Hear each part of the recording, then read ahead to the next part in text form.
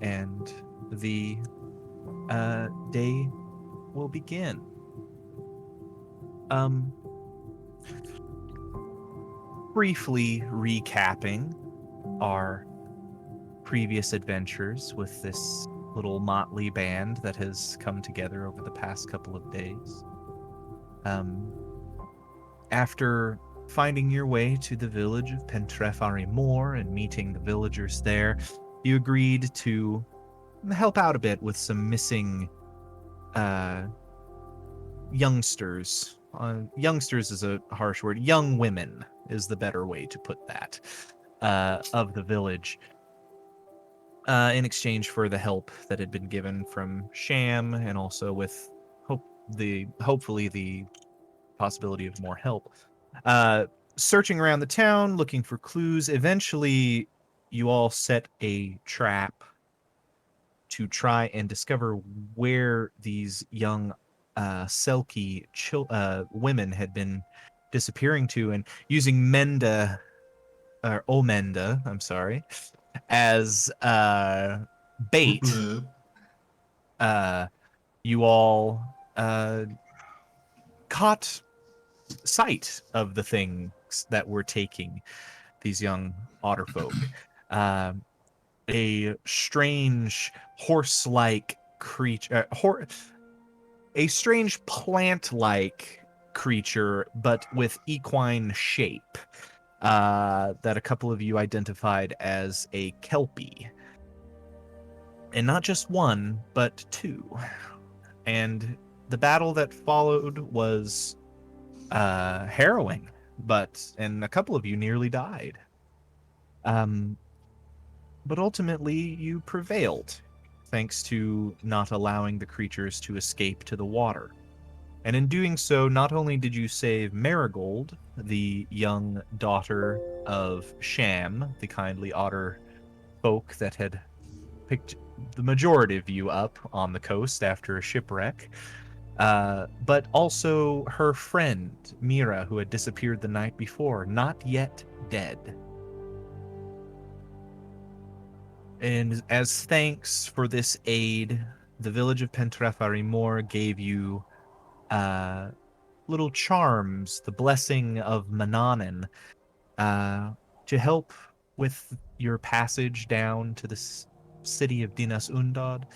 And as thanks for saving his daughter, Sham offered the use of his little boat to sail you down the coast to where most of you were meant to be arriving when you set sail there a couple of weeks ago from the mainland. You left the bay where the village of Pentrefari Moor resides, sailed out, and completed a day of travel. Eventually, as the sun set, pulling off to the coast, beginning to set up tents and a fire, as one day of travel has passed. If the weather holds, Sham is of the belief that you will arrive in Dinasundad within about another 4 days or so. And so now, before we get into anything that people might want to do at this little campsite tonight, I need a volunteer to roll a d4 for me. Valerie had her hand up first. Let's go with Vel. And then Paul can roll the next one.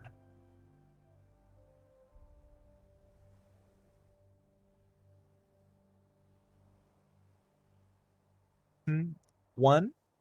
Okay. Understood. Okay. Oh, here we go. There we go. All right. So 1. Good to know. I will log that. Paul, you had your hand up. I'm going to ask you to roll for me a d6.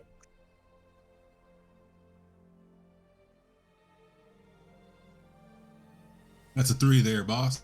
A 3? Understood.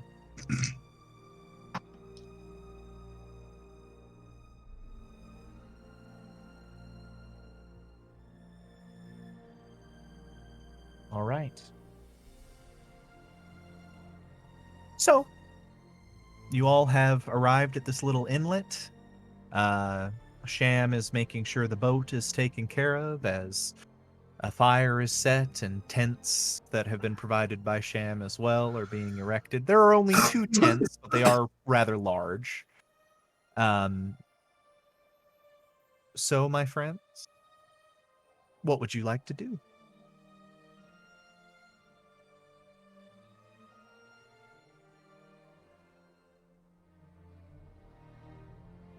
So I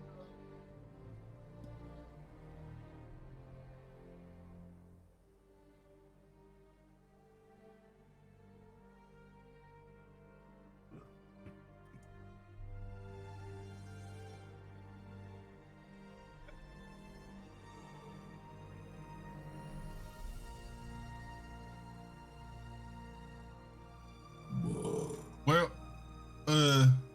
good. Give us a second. Let's go ahead and assess the situation here. Can I go ahead and see if I can see anything out nearby our camp? Yeah, make a perception check. Their dungeon master. Yeah. Ophalon's just with his fucking granola. It's gonna be a 22. A 22. Searching out. So this little space of along the coast, Amanda, you have. It's very similar to the coastline that you've seen the majority of the day. It rises up into some low, simple hills that head out into the plains, further inland. Not a lot. Can I modify my question? Yeah. On the way, did we see a pretty active fish ecosystem? Fish, absolutely. There's fish all up and down this coast. You guys. So that means there's also probably some pretty good greens down there too. Mm-hmm. So yeah, I mean, definitely there is food to be found in the water if you're willing to go about acquiring it. Kyra, go ahead and make for me a survival check.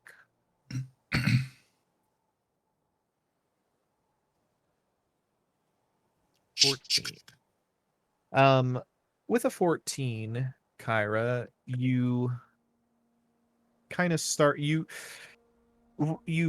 take the short jog up to the top of the hills just to kind of look inland a bit, and it really is just rolling hills a fair distance away as the light is disappearing. You think you see kind of a darker space that could very well be like a little copse of trees. But from where you're at and with your vision, you're thinking it's probably a little bit too far away for you to feel comfortable heading out there. Doesn't mean there isn't wildlife to be found in these hills nearby. It just means that better places for hiding yourself whilst you are hunting are a bit out of reach at the moment.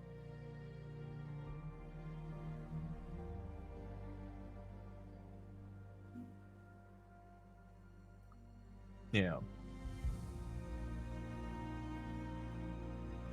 Mm-hmm.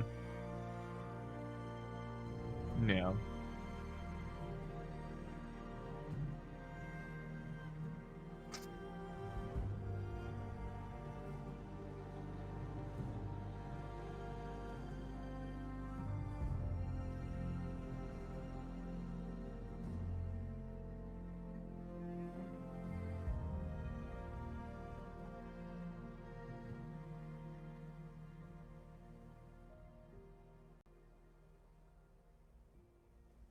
Well, I'll bet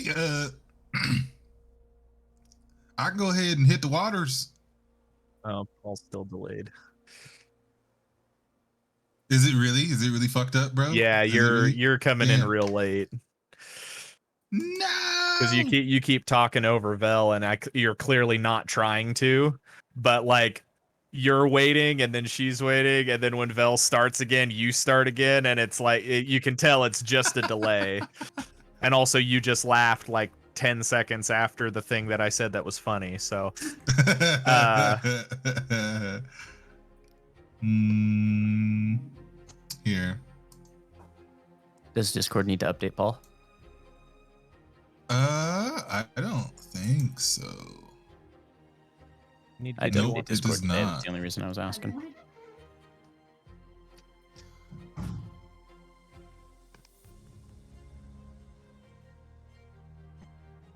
ooh, Ooh. Yeah, we just picked some shit. up. Ooh. I think I'm just gonna turn off my. There was no Dr. Pepper when I got there yesterday. rough. Ooh. Yeah. I have to drink zero sugar soda. On the flip side, I got. Yeah, on the flip side, we got brunch from Taco Bell, and I got zero sugar I'm just Baja not gonna do those Blast. today. Could barely tell the difference. Hmm. I was happy as a clam. I was like, this tastes just like Baja Blast. Diet A&W is also tastes exactly like regular A&W. See, I prefer regular Coke. Caitlin likes regular Dr. Pepper. For the zero sugars, it's flipped. Mm. And zero sugar Coke tastes off for me, so I like the Dr. Pepper, and she likes the Coke. That's fun. Also, zero sugar Sprite Am just I tastes like Sprite. better? I don't know. How like How do we I don't test know. that? it's hard to test. Well, let's see. I can hear you just say test a second ago. When I say Well- disco, you say party. Disco. Party. Disco. The idea was to test the I'm gonna latency, restart. but I'm gonna restart my computer. Okay. That was a good 2-3 seconds. yeah. It's pretty... Beautiful. Alrighty. So who would like to fish for food? What I have I would tackled. like to do it a fun way. You fun can do way? it the fun way. I'm gonna do it the normal way. Okay. The boring ass usual way. Yeah, he's still real bad. How bad? Like it's just I don't know. Okay.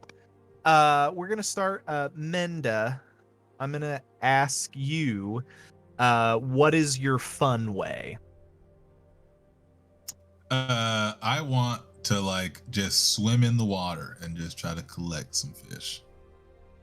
Okay, you want to go full Kingdom Hearts. With I my- understand. I understand. Yeah. So, do you have a weapon of any kind that you're planning on using to assist you in this, or you're just gonna grab fish with your hands? Yeah, I got a dagger. I'll stab them up, and I got some Yeah. rope and shit. For sure. You are an aquatic creature. You can swim underwater just fine. You can see underwater pretty okay. Although it is rapidly becoming nighttime, and you do not have dark vision. So your Yeah. vision will start to suffer as we progress just a little bit here. But I'm gonna say go ahead, and I'll have you make for me a survival check. Okay. Where's that on the bottom? That's 17. 17. Yeah. I would say with the 45 minutes to an hour of dim sunlight that you have left, Menda, you Mhm. can with that roll of a 17, you can catch 2 decently sized fish underwater. Nice. Just string them onto a little piece of rope and just pull them behind you.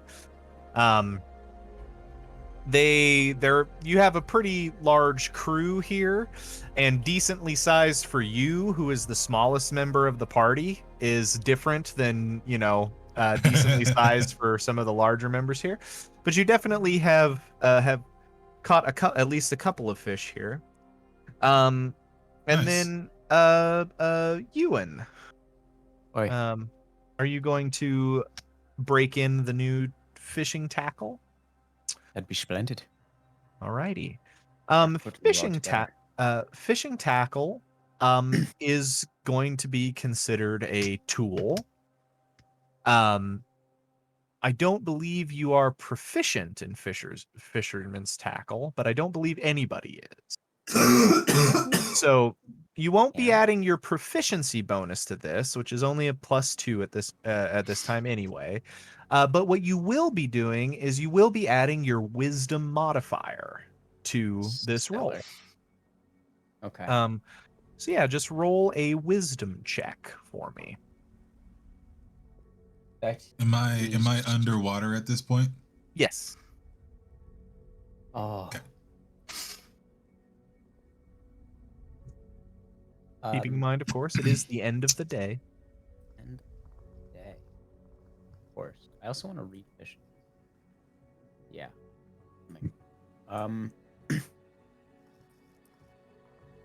I have, they come back every long rest, and I rolled real shit, so I'm gonna use a luck point. Go Roll for it. That is. I rolled a 10.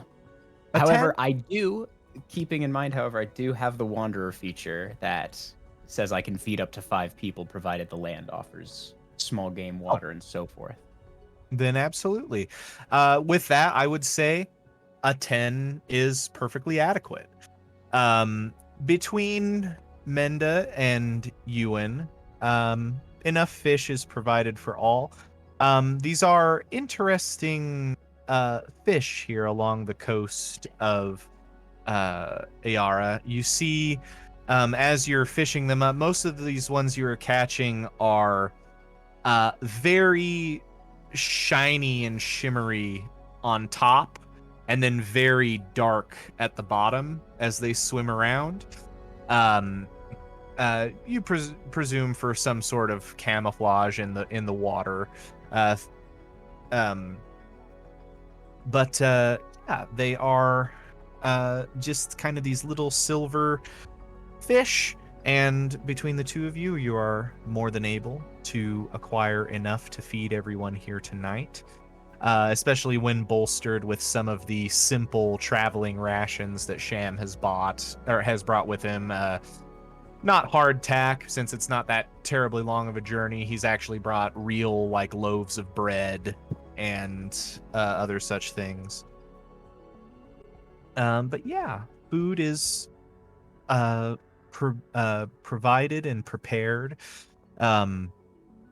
Sham pulls out a little pouch and reaches in and pulls out a little pinch of spices and begins to kind of help brighten up the taste of the fish a little bit. He says, well, the darling wife, she doesn't let me leave without having something to make the fish taste a little bit better. So,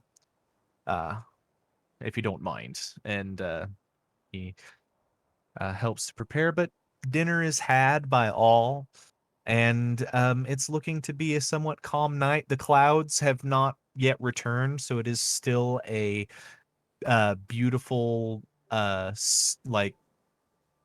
wide open sky. And as the night is coming, as the light's going away and it is becoming dark, you can still see, if you look to the north, the glow of lights from a citadel in the clouds. That is quite a ways north of you, but is far enough up in the air that you can definitely see it.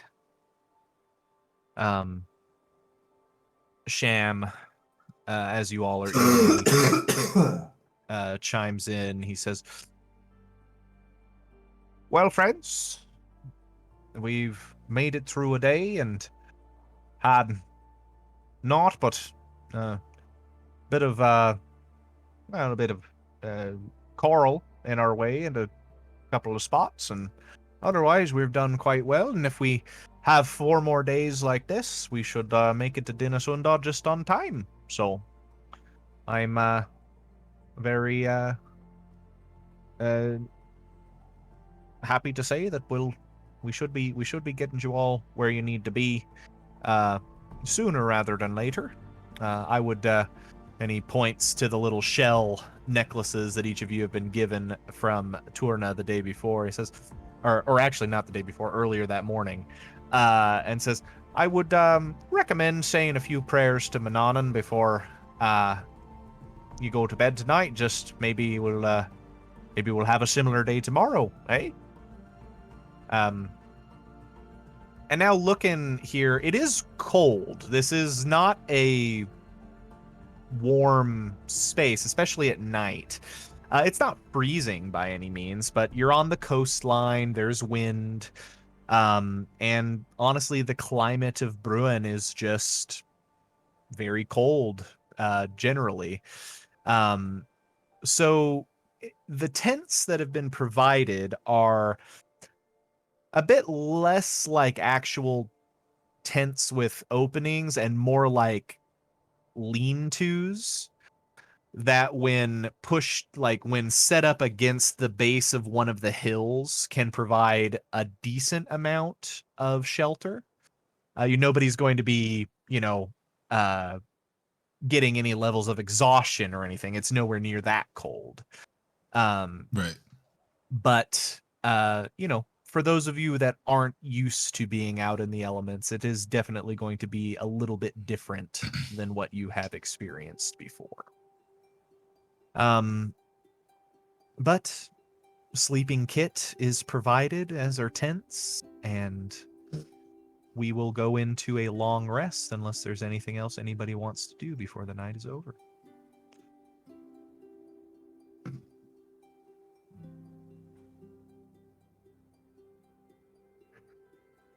Mm-hmm.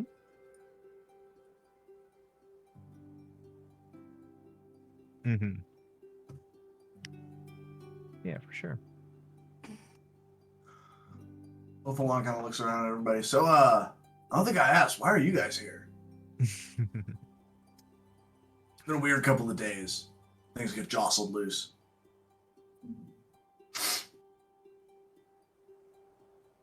Well, I lost me a big catch, and I need to get it back. That's about it.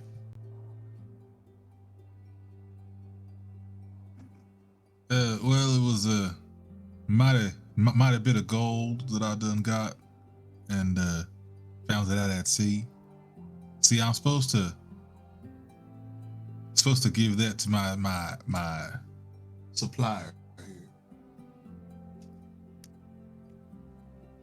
Sorry. Yes, indeed, I did. I need to find whoever that was that done did that and get what I need to get. Sorry, I had a candy apple brought to me. No, you're good, bro. I got a little distracted. Did y'all just make candy apples, or? No. So okay, sorry, taking up to the tangent. And the AMC Park Square 20 mall where they have the little thing in the base that's always closed? Oh, yeah, I know what you're talking about. Yeah. Yep. They were open today. Nice.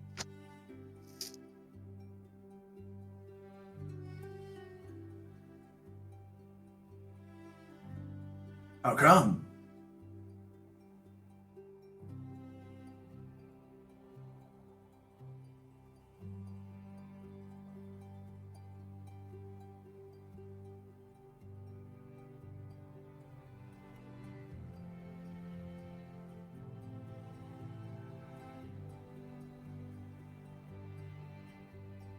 World has a tendency to kind of swing back and forth sometimes like that. I get it. Sometimes you take a punch, sometimes you dodge it. True. Sometimes somebody also needs to get some comeuppance too. Juniper is just playing with her ring on her finger. As I mentioned back in the village, I'm looking for somebody. I have to head to the forests to the north. God. Is that Yeah. what you told me? Yep. Okay. And Northwest, something like that. she looks at Sham. From the city, how far of a travel would it be to those forests? Sham chuckles a bit. He says, "Oh, well, from the city, almost as far as you can be. But definitely, I don't know. Traveling across the plains to the places where you can cross the mountains, um, such as from where we just were up in the village there, to be honest, I have a bit of worldly experience. I've traveled up and down the coast. I've traveled to the city. I've seen a bit of it. I know me stories and I know things like that, but inland here is dangerous, and traveling from Pentrefari Moor to the easiest pass through the mountains up into the wilderness up there, it's a lot of unsettled land. And there's a lot of creatures out there that even I don't know about. Sure, you could stop off at that dwarven city up there in the mountains, but they'd have to let you in. I don't think they're unwelcome to guests, but I think it's more of a by appointment sort of a thing on most days. But traveling from Dinasundad northwest, you at least have some settlements in your way before you arrive at the mountains and can refill your packs and do what needs to be done. But you're looking at about 800, 900 miles from Dinasundad to the mountains, where the pass is, of course. It is going to be a journey no matter where you're at. And I wish I could tell you that just heading out across the mainland from here would be shorter. And it would, in terms of distance, but with what you all have, don't get me wrong, you're nice people, but I don't think you'd make it very far. And Juniper just kind of We appreciate that. gulps and then just kind of squares her shoulders back. Well, it's a good thing that I enjoy seeing new sights. At the That's very true. least. And if you're from that Luranel there across the sea, well, then everything here is going to be new for you. So, should be a fun experience for everybody. I have a question for you there, Sham. Have you spent? You say you've done a lot of travels here. Did you spend your entire life? Has your home always been the Pentreffi Moor, or have you called other places home? Well, the majority of my life I have spent in Pentrefari Moor. Before I got married to my darling Winifred and had our daughter, I spent a few years living in the city down there in Dinasundad, working the docks, making some acquaintances, but ultimately, the city was never going to be the place for me. My mother, though, she wasn't from this island. She was from, she was from where all of you are from. The Selkies, or the otter folk like us, we were one of the first races of people to leave this island and go elsewhere. And so we colonized and made our own little fishing villages in the northern parts of that Luranel there, and that's where my mother's from. But inevitably, she made her way back home to the island as well.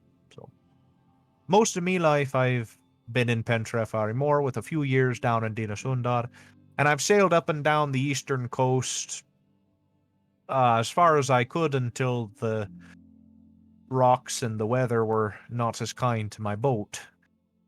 So, but other than that, yeah, it's been my home since as long as I can remember.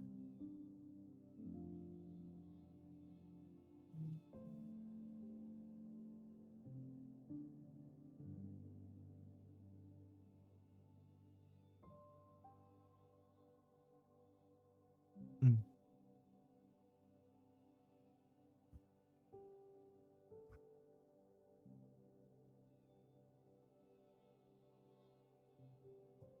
I feel the same way.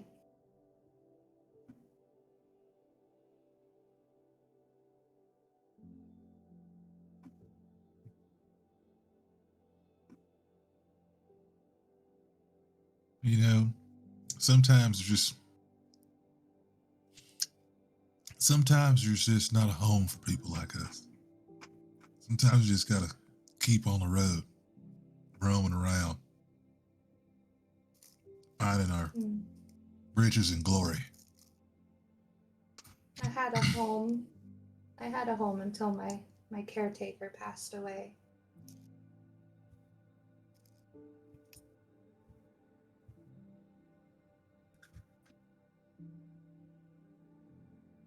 My village didn't particularly care for my presence.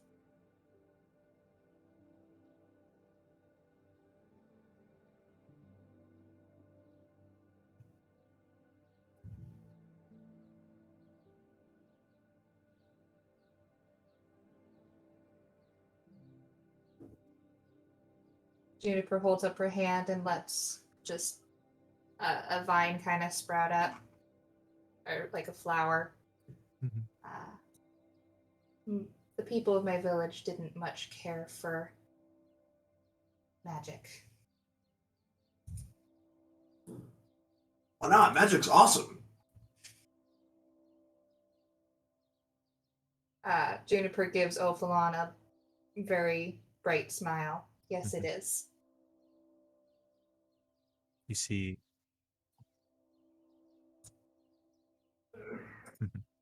Sam, I can't do much, but I can do a couple of pretty cool things. I think if I don't, toot my own flute.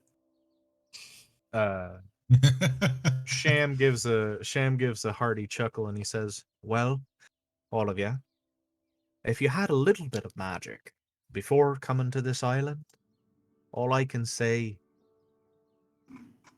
is that Ayara has a way of letting magic loose, so to speak. So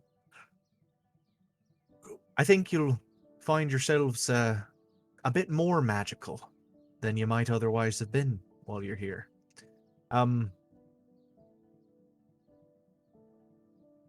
Look at him. Look at his arms. Well, he's from the Asper's island. going on his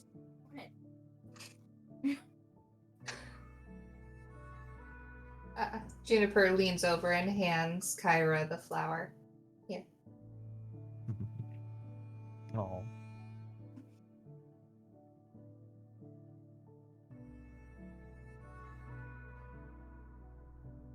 Thank you.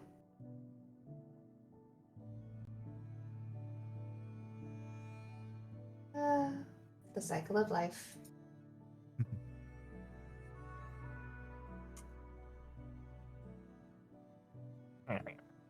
She grows a mushroom and hands it to Kyra.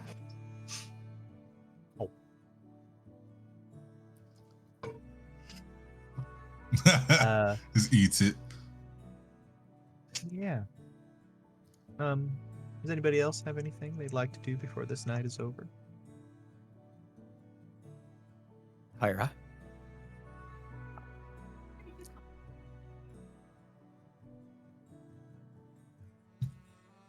That's a bit of a nebulous question. You want to be more specific? I do want to know that.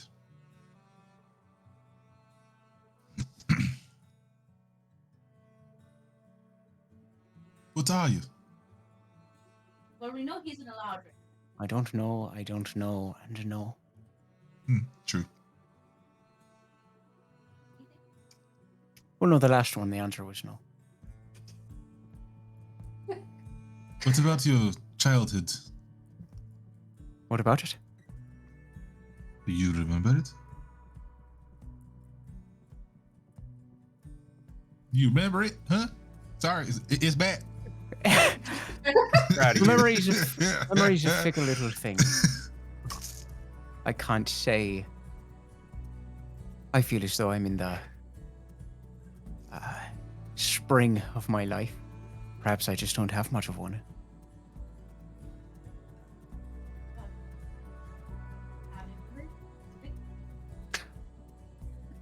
Not that I know of. Bad. Kyra and Juniper, since you were the ones that knew things about Eladrin in a previous session, I'm gonna let both of you make either an Arcana or a Nature check.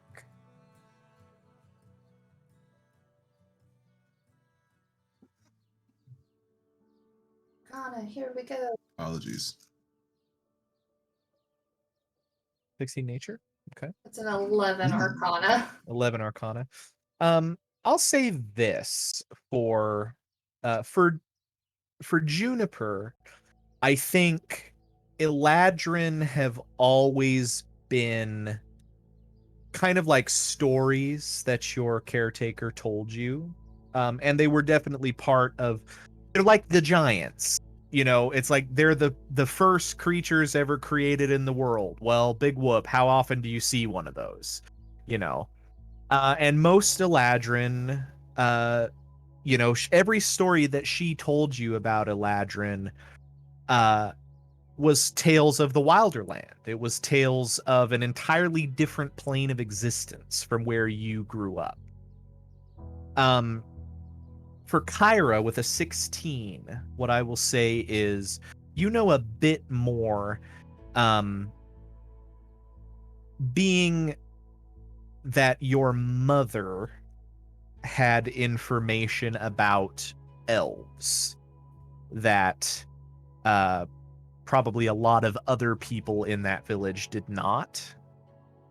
So you have never questioned the existence of Eladrin. You know that they exist, definitely, and on this island, probably one of the only places you would find them outside of the Wilderland itself. But most people could very easily mistake an Eladrin for a tree spirit, a dryad, things such as those. Like, not even necessarily a spirit of a specific tree, but a spirit of a specific portion of the forest, or such things as that. So, you know, and some of them are. So it's hard to tell whether just talking to you in here, does he really not know, or did he maybe just spring into existence out of a tree and he doesn't really have a past to talk about? You don't know. It could be one of those two options, or he could just be a fickle fae that doesn't want to tell you anything about himself. So,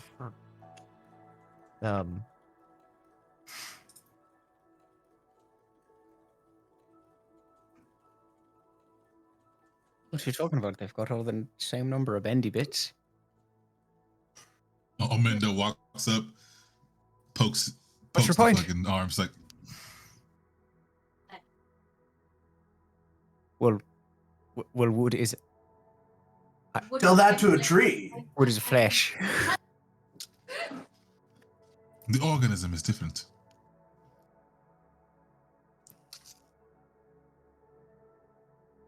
No, yeah, no, it can still die. Hey, I feel Ewan. I feel Yeah, like you're what's being a up? little.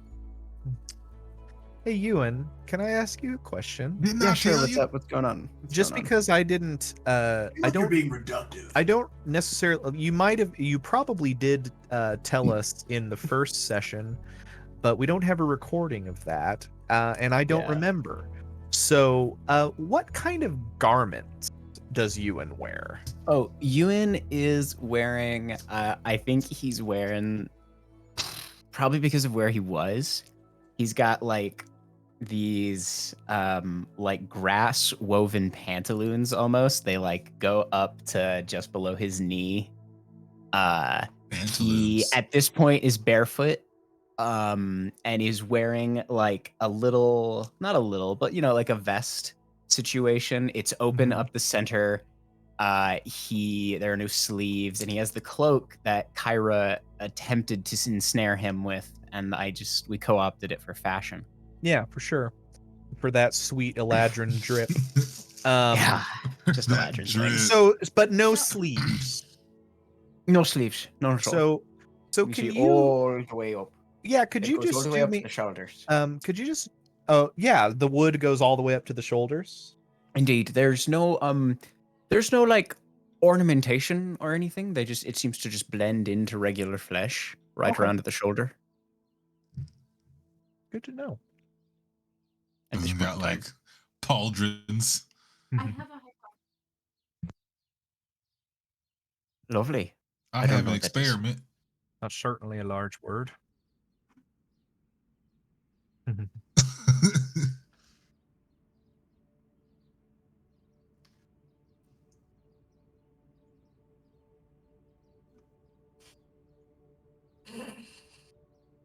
No, you don't own me. None of you do.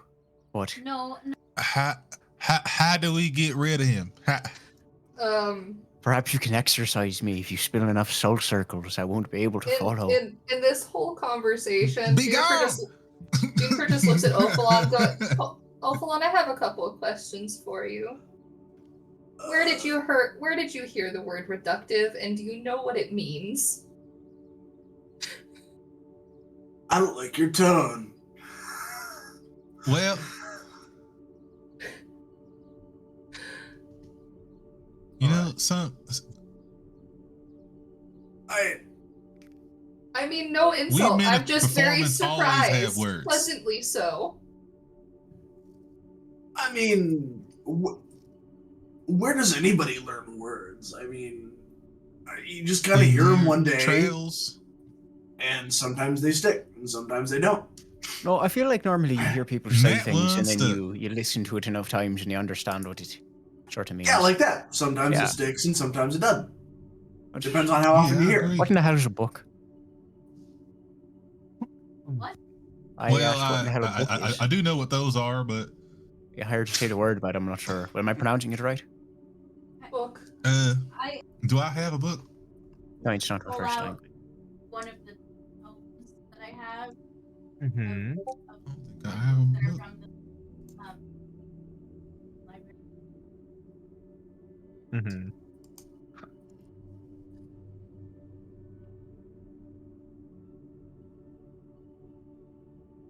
Mm-hmm. Do.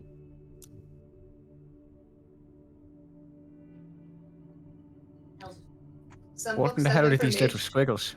Oh, so somebody wrote down a legend. Yes, kind of. Okay. I mean, whatever floats your boat, I guess. I don't see the point in writing it down. How Some smart is my authors character? come up with He's the pretty dumb, okay. stories in their Uh, head without experiencing these things.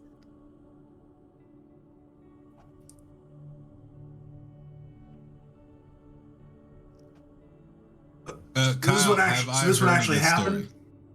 I don't know. So it's a legend. A myth. The word you're looking for is myth. Did, I didn't miss did the anything. two kings not like each other? Myth. I don't know what you're saying. Hmm.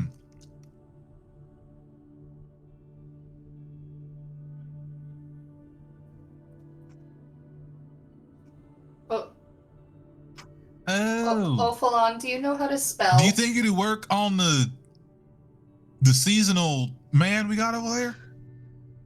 You're Punch certainly him in welcome the to face and try. change it. I'm not punching him. Yes, I understand how to spell. MYTH. Myth. But Y makes it makes more of like a I noise. So wouldn't it be mice? Mice. No. Why? And on that note,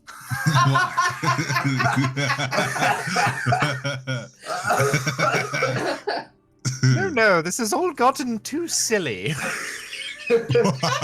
Quite agree. Silly. Get on with it. Oh, for sure. We're Yes. having a great time. We're having a good RP sesh. At a certain point, the DM must reestablish his dominance, otherwise it will devolve into chaos. What are you talking I don't about? know. We're Oh, just oh, a man, that's bunch of kinda chaos dumb. gremlins. I know. He's very Can I charismatic. just Oh my do one god. more thing before Yeah, you- absolutely. Just means he has to do it more often. I look over to you.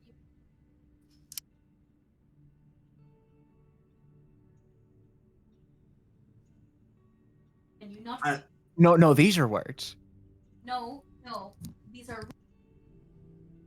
why I said now. No, these are Can what you you and I are saying right now stop are words. ignoring Those are the just little question? squiggles. The squid. The What's reading? squiggle. When you process what is being put in front of you, you re- The squiggles make up the words that we speak. I don't know. Let me see it. What language is it in? I don't trust you touching my book. I Well, might, then what I language might is not this be in? very Hold on. smart, but I think that's the other way around. The language is the that book is actually in Giant. Correct. Jacob not is to Just read just it. speaking giant. Jacob is just Irish Charlie from It's Always Sunny in Philadelphia. Oh my god. Ewan, you look at the Can I read words 'em? on the page. No, you can't. I don't know what the fuck these are. These are just little squiggles.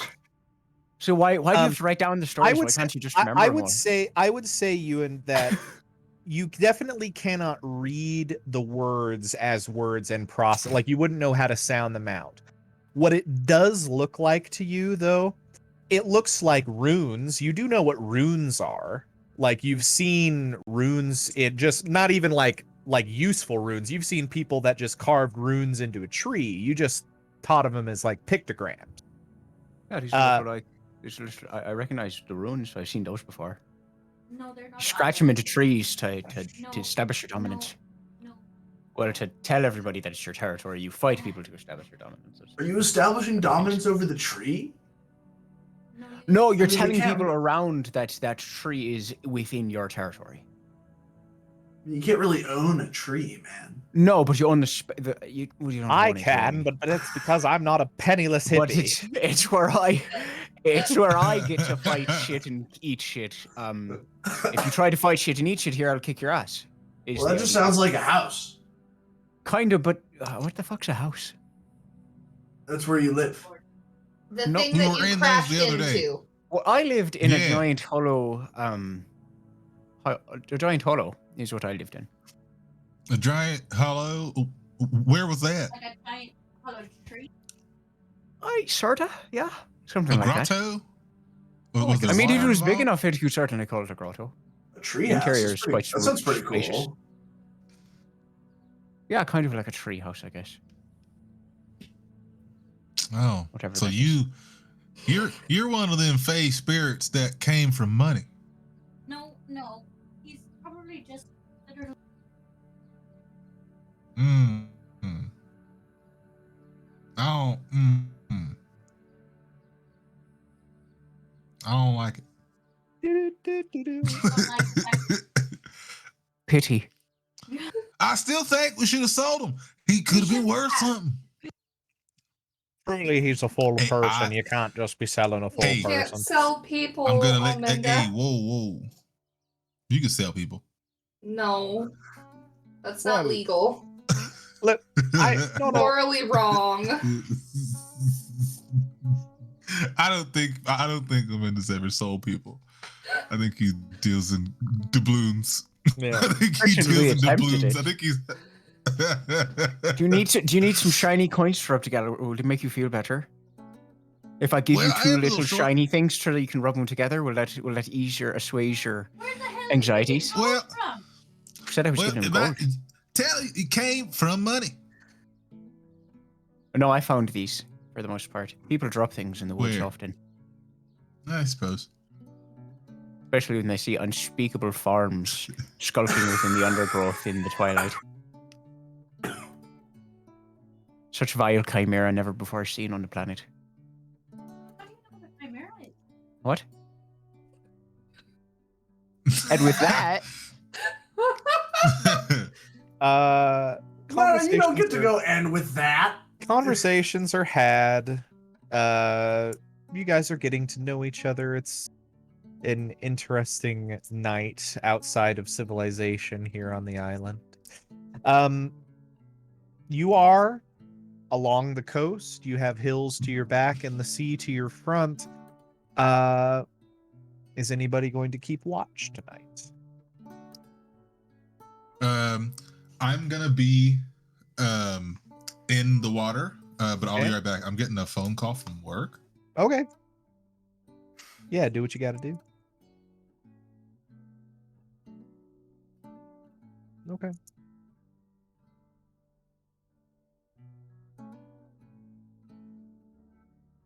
I will just wake up at dawn then. So general, we are gonna be doing keeping watch, a bit more, a tiny bit different, not a whole lot different. You guys were just always smart enough not to stay out in the elements in Barovia.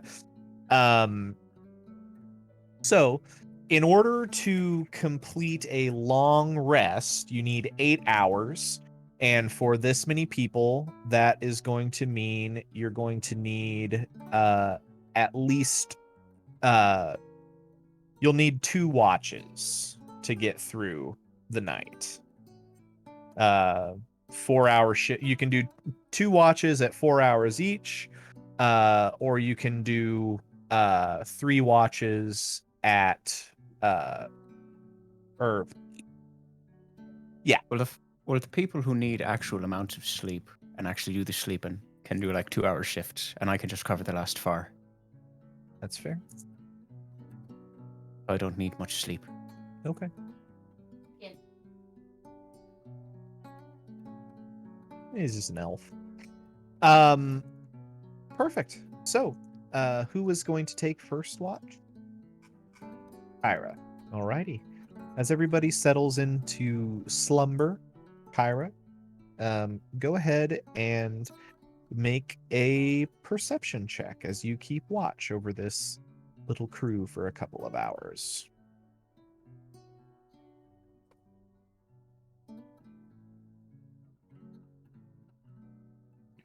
$18. Correct. And you didn't make that with disadvantage, right? Okay. So, right. So as you listen to your companions drifting off to sleep, Ewan not quite sleep. It's definitely not a sleeping position by any means. He's like kneeling and sitting on his feet, essentially. Yeah. His hands on his thighs, and then he just closes his eyes and breathes a lot less. But you keep an eye out, and with an 18, as you every once in a while take a brief jaunt up to the top of the hill just to get a little bit more of a view, you're fairly certain that on the next little set of hills inland that you see something like in the dark crest a hill, but you're very confident that it is moving in not directly away from you, but definitely in a further away from you direction. That it moves slow. You think maybe you see some sort of maybe some deer or something like that just passing in the night. And out towards the sea as you keep watch, nothing strange. The sea is actually surprisingly calm here. And no clouds start to roll in, so you just watch the moon sort of rising up to the sky before it reaches you only keep watch for 2 hours, Kyra, and before your 2 hours is up, the moon has hit its peak and is actually on the way back down at the moment. But your 2 hours of watch goes by just fine. Who would like to keep second watch?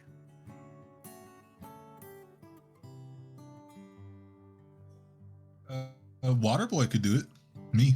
I'll do it. Absolutely. Go ahead, Menda, and as you take this second watch, roll a perception check for me. And also while I do this, I'm gonna go ahead and pull out my little instrument, my little glower there. Mhm. And I'm gonna play a little quiet tune while I do my watch. A little For sure. sleepy tune. And doing that, I don't think I'm gonna roll well on my perception.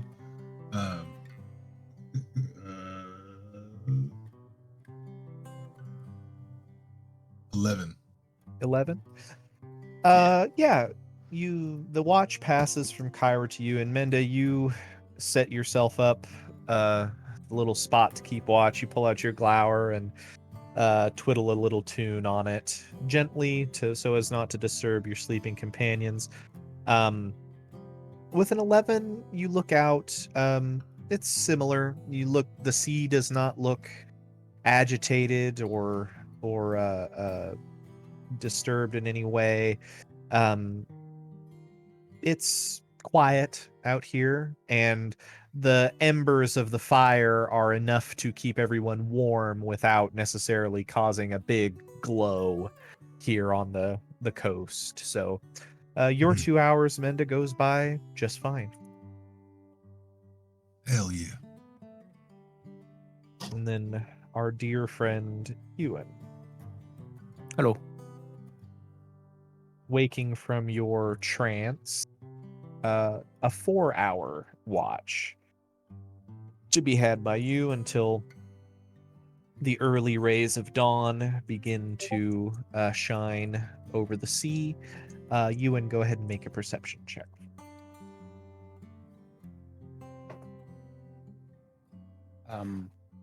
25. 25. Rolled an 8. With a 25, Ewan, you see a lot as the night passes.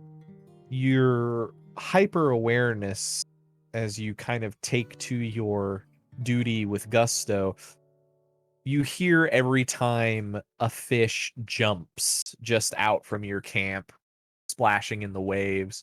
You hear the rustling of the wind on the grass and the hill behind you. You hear what you're fairly certain are kind of tucked around on the other side of that hill. What you're fairly confident is a warren of rabbits that is coming out at night to feed on the grasses and probably to drink the dew that will be forming as the daylight hours come. Otherwise, your watch also goes unobstructed. And a few hours later, you actually watch the moon disappear from the sky, and about an hour later, the sun begins to rise, just the barest glimpses of light that you can see. You all get a long rest. I don't think you need it, but you're good to go there. Nice. And you wake on this your second day of travel. Sham is, aside from Ewan, one of the earliest risers, used to being out and fishing and harvesting Dulaman, and as such has prepared what is essentially it's like a seaweed. It's kind of like a seaweed rice ball from Japan, the little triangle ones. But it's not that type of rice. It's like porridge almost, but it's wrapped up in the seaweed. That's very thick, and there is leftover fish from the night before. It's basically a little breakfast ration that can be eaten on the go. Nice. Those are provided to all of you. Sham gets the boat made ready and says, well, everyone, we best be shoving off if we want to make good time. If there's anything you need before we take off, just, we can't be pulling over for restroom breaks all the day long, so make sure you've gotten that taken care of. This boat's too small to just be over the side. You're correct.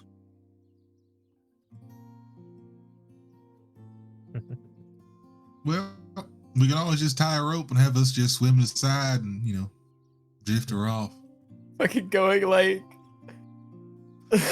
fucking like 30 miles an hour. Just it's like, yeah, I'll just let him loose here.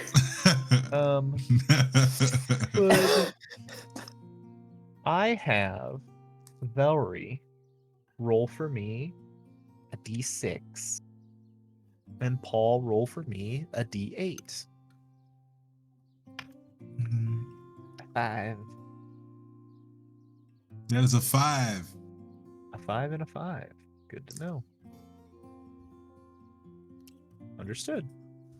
I will be right back again. I apologize. You're good. You all get set up for the day here and set about onto your boat, and off you go, continuing to sail the coast. Hold on just a second.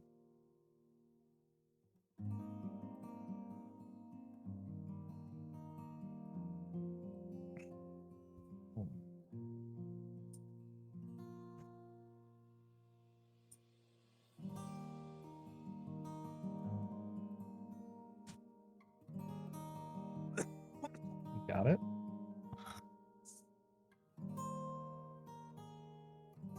I was just rolling with it. He doesn't care. Fully believe that. Thriving in his lane. Almenda's just on the back little tip of the boat, just chilling, getting the wind.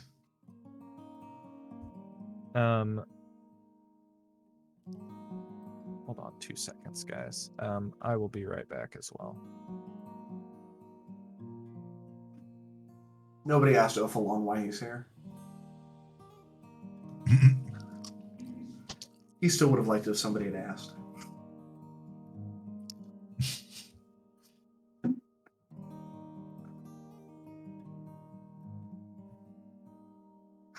No, it's not my only reason. Not even my first reason. No, I'm here for my brother. Yeah, my older brother. He came here probably about 10 years ago. 7. 7 years ago. Numbers are hard. Is he the one that also went for that lady as well? I don't know about that, man. His proclivities are entirely his own. But it's kind of a rite of passage thing for people from my village.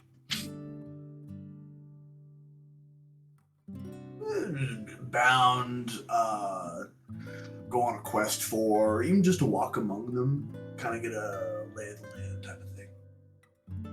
Get a look at him. Yeah. Just to make sure he's doing okay. What does he look Well, he looks like me, for starters. So he's kind of lanky, brown fur. I guess this would be more hair. This is more fur. Now I'm not sure. Well, I guess so. But his name's Dairos. Dairos, okay. Travis, Yes. it's just not. Straight up, not what his name is. I wrote it down and I looked at the wrong. I looked at the wrong one. It's Pfeiffer. My brother's name is Pfeifferon. There you go, buddy. Pfeifferon? Pfeifferon. Dairos is my old man. out of the mainland? Pretty far, I bet. I don't know like the distance. I just know how long it took for me to get from my village to the port. How long did it A take? long time. What's today?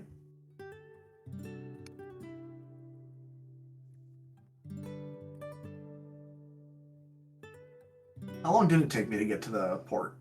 From where you were, Ophalon, I mean, your people send people to there every 7 years, like clockwork. It's not a terribly long journey. I'd say it was probably it was like 2 weeks for you to get to the Fork knife. It took about 2 weeks.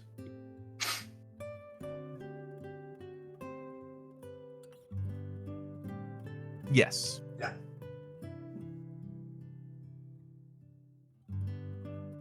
Yeah. It took Kyra a while to get to the coast. You were quite a ways inland. Y'all don't really know where I'm from. Nope.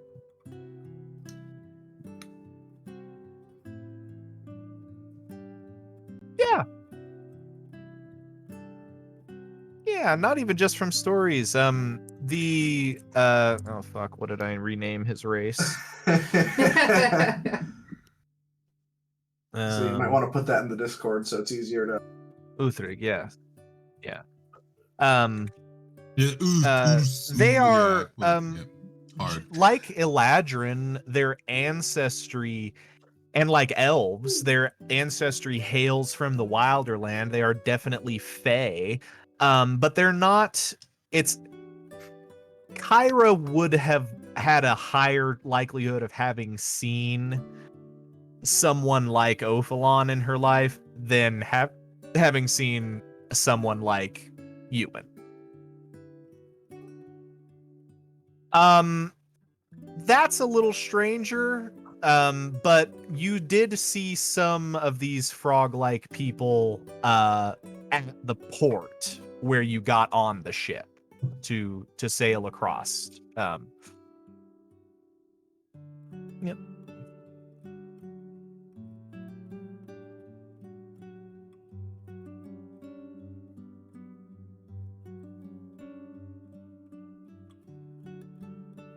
All short.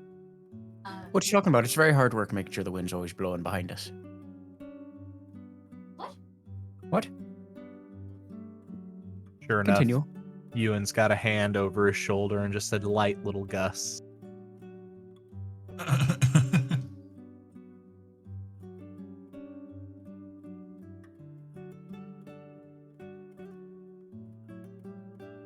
But yeah, they're not like I didn't like They're stick them on there.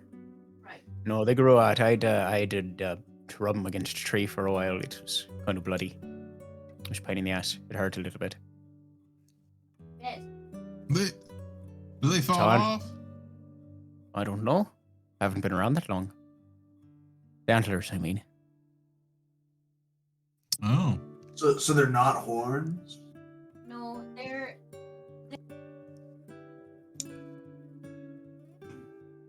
Oh, that's lame. Correct. Horns are like made of Horns teeth or are made something. of your keratin Huh. and hair sometimes.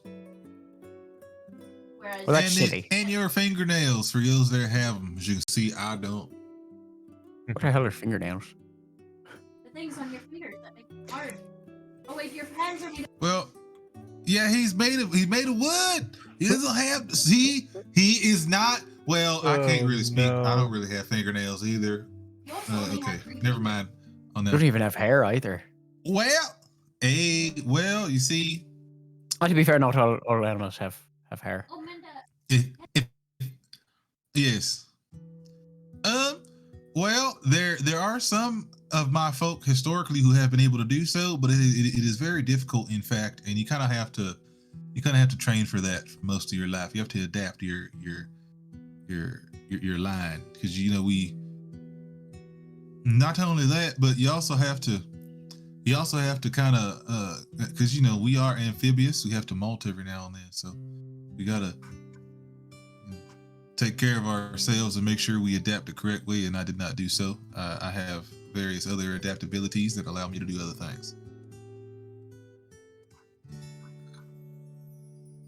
As long as I want to.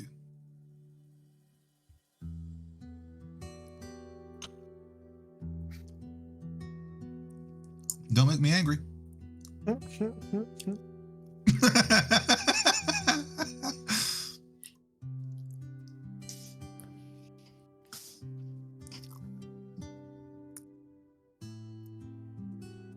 It's real heavy underwater.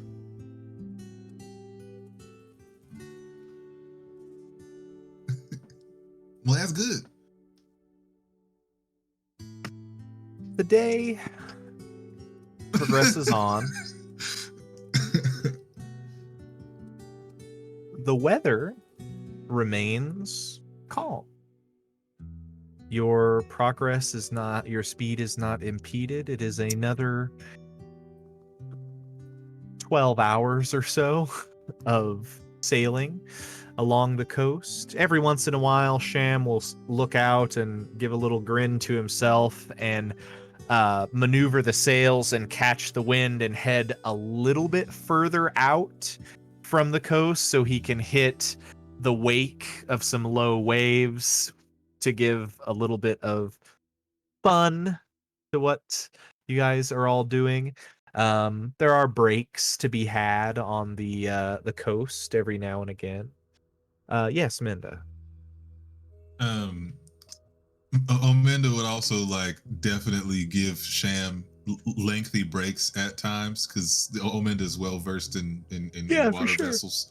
For He'll hit it, and it's a much more by the book ass sailing. We're going straight, and that's it. We ain't having fun. But yeah, you guys have a few breaks along the coast before another night comes to you. Your second day of travel is finished. Are we going to do the same watches as the night before, or is somebody else going to take watch tonight? I'll take a watch. Jennifer will try to take a watch. Okay. I don't know what Vel just said. Yay, sleep through the night. Ewan, do you still plan to take the final watch until daybreak? I mean, that's when he's going to be awake anyway, so. That's fair. Alrighty then. Ophlon, go ahead and make for me a perception check.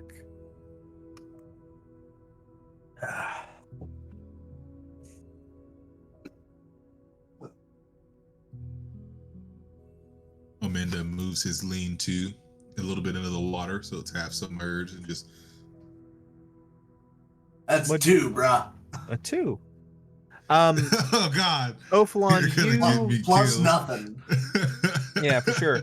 Ophlon, as you keep watch that night, or for those first 2 hours at least, yes, man, you didn't expect this. You got some friends. It's a nice night on the beach. You can probably skip a few rocks in the water. Just looking about. That's a good question though for you. Do satyrs have dark vision? Let me check here. I don't believe they do. I could be wrong. No. Yeah. So normally those perception checks will be made at disadvantage for you in the dark, but for this you rolled super low. But you're having a great time. Your watch goes unimpeded for those 2 hours, but you're just thinking about the great time you're having. A couple hours goes by. Ophalon, it's time for some rest. You wake up Juniper. Juniper, go ahead and make a perception check for me. As an elf, you do not have as a half elf, you do not have disadvantage on the perception roll. Perception 15. 15. It's strange, Juniper, being awake when all of your newfound companions are at rest. You're in a strange place where you've never been before. You hear the rustling of the wind in the grass. You hear the sound of the waves lapping the coast. You hear Sham snoring, quite not egregiously loud, but definitely louder than any of your companions. And you also hear another sound, Juniper. You hear a soft, low sound of a like almost like a whistle, like a flute style sound. And at first you think it's just the sound of the wind on the rocks. But the more you pay attention to it, the more you realize that no, there's this sound is not coming from nearby. It's coming from over the backside of the hill that you all have made your little encampment on. No.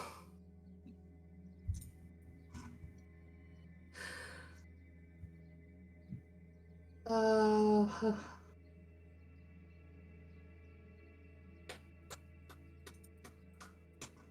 Juniper goes to take a look.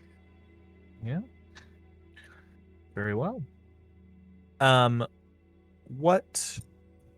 do you proceed, Juniper?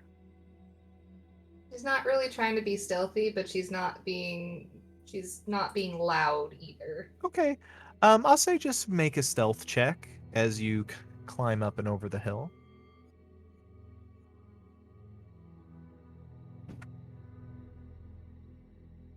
8. 8. You crawl up the back side of this hill and kind of get to the top and poke your head up and over. And with your dark vision, you're able to see down kind of in the crook of 3 hills here. You see there is a faint bit of light, and standing in the kind of the center of that space where the hills meet at the bottom, you see a long-haired figure. And there's enough light that you can kind of see bits of descriptive information. You see definitely more pointed features. This looks to be an elf of some kind, and they are standing in this space, and you see they just have a small piccolo-like flute that they are playing here.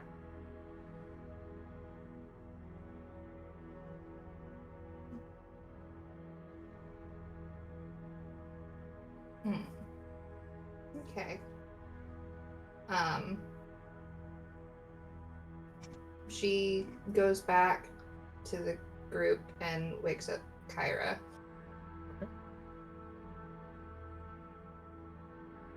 Mm. Sorry, didn't mean to startle you. There's somebody on the other side of the hill.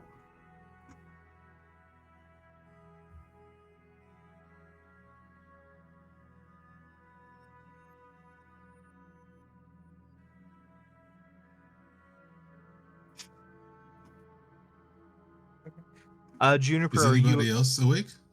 She Sorry. just woke up Kyra. Oh.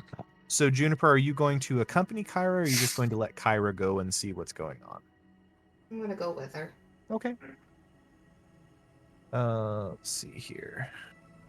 Didn't want to approach them without telling anybody. Mm-hmm. Go ahead, Kyra, and make a stealth check for me.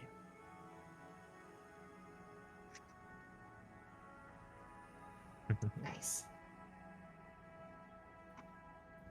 Damn. Yeah. Juniper, like, you wake up Kyra and you explain, and Kyra's like, okay, we'll go take a look. And quick as a flash, Juniper, you almost lose Kyra. Like, Kyra is already almost at the top of the hill, and you barely saw her move to get up there.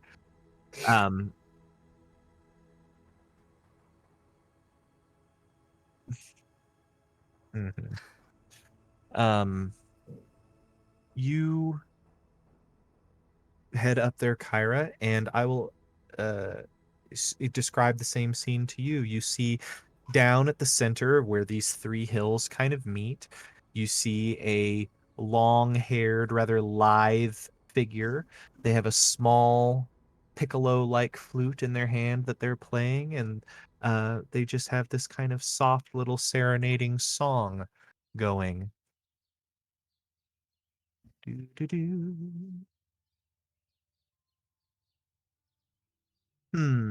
What are you looking for with an insight?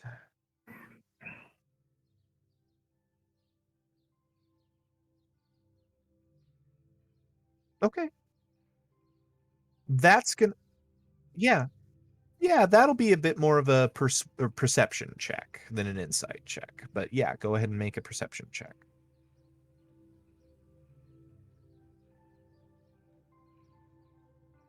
23. This person is not overly armored. Looking down, there's enough light down in the space that you can see some details. You think there might be like a long, thin, kind of like a rapier-like blade, but it's in a scabbard and it's just seated at the hip. It's not being used. Mostly this figure is just playing music.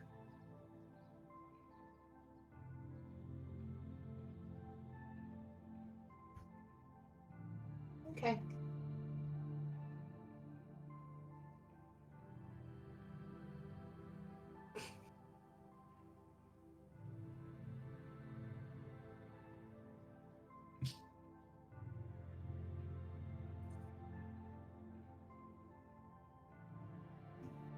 Fair enough.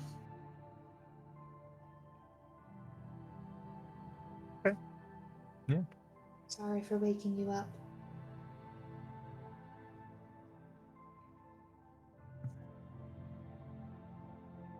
Mm-hmm.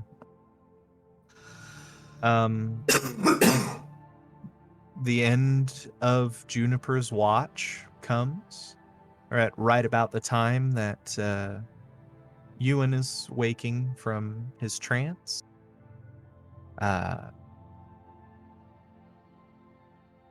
Ewan, make a perception check for me. Oh, that perception, boss. That is a 15 plus 6 for 21. 15 plus 6 for 21. A bit of knowledge is passed along to you by Juniper as she is headed off to sleep, that there was something on the other side of the hill, but her and Kyra looked at it. It didn't seem to be that bothersome.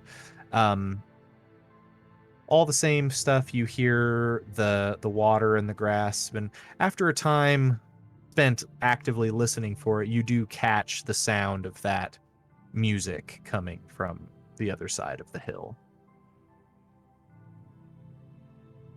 Is it? Are they playing well? Yeah, it's pleasant. It's definitely pleasant.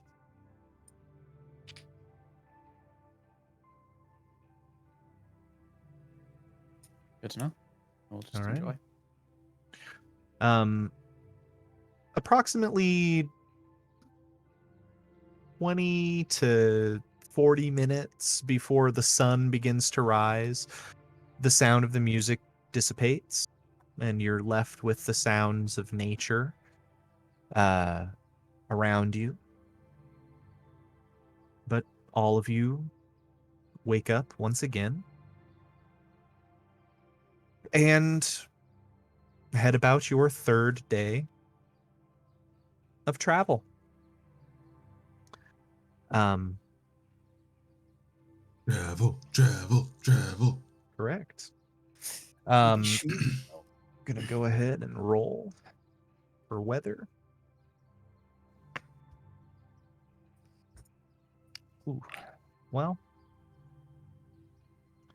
this day,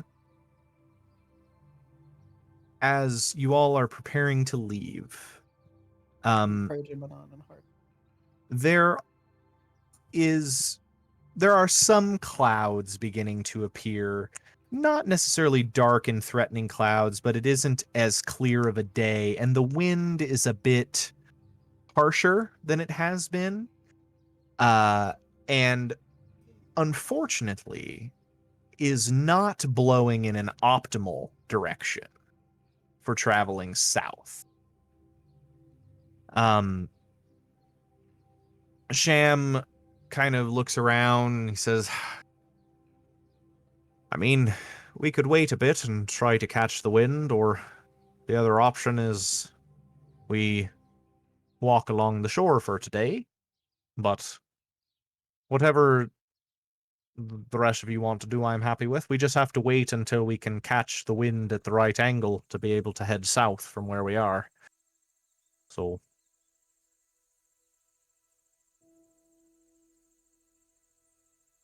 all right. What's of our boat? How are we gonna? Well, there's 6 How of are we us. gonna We keep can the boat with us? Oh yes, we'll control have it. to we'll have to porter the boat, but it's not a super big thing. We should be able to take care of it. And in fact, especially with Ophalon's help, all of you, between the lot of you, can carry this little fishing boat quite easily, without it being too terribly uncomfortable. And yeah, you guys walk along this not necessarily sandy, but rather rocky, like kind of pebble beach instead of sandy beach.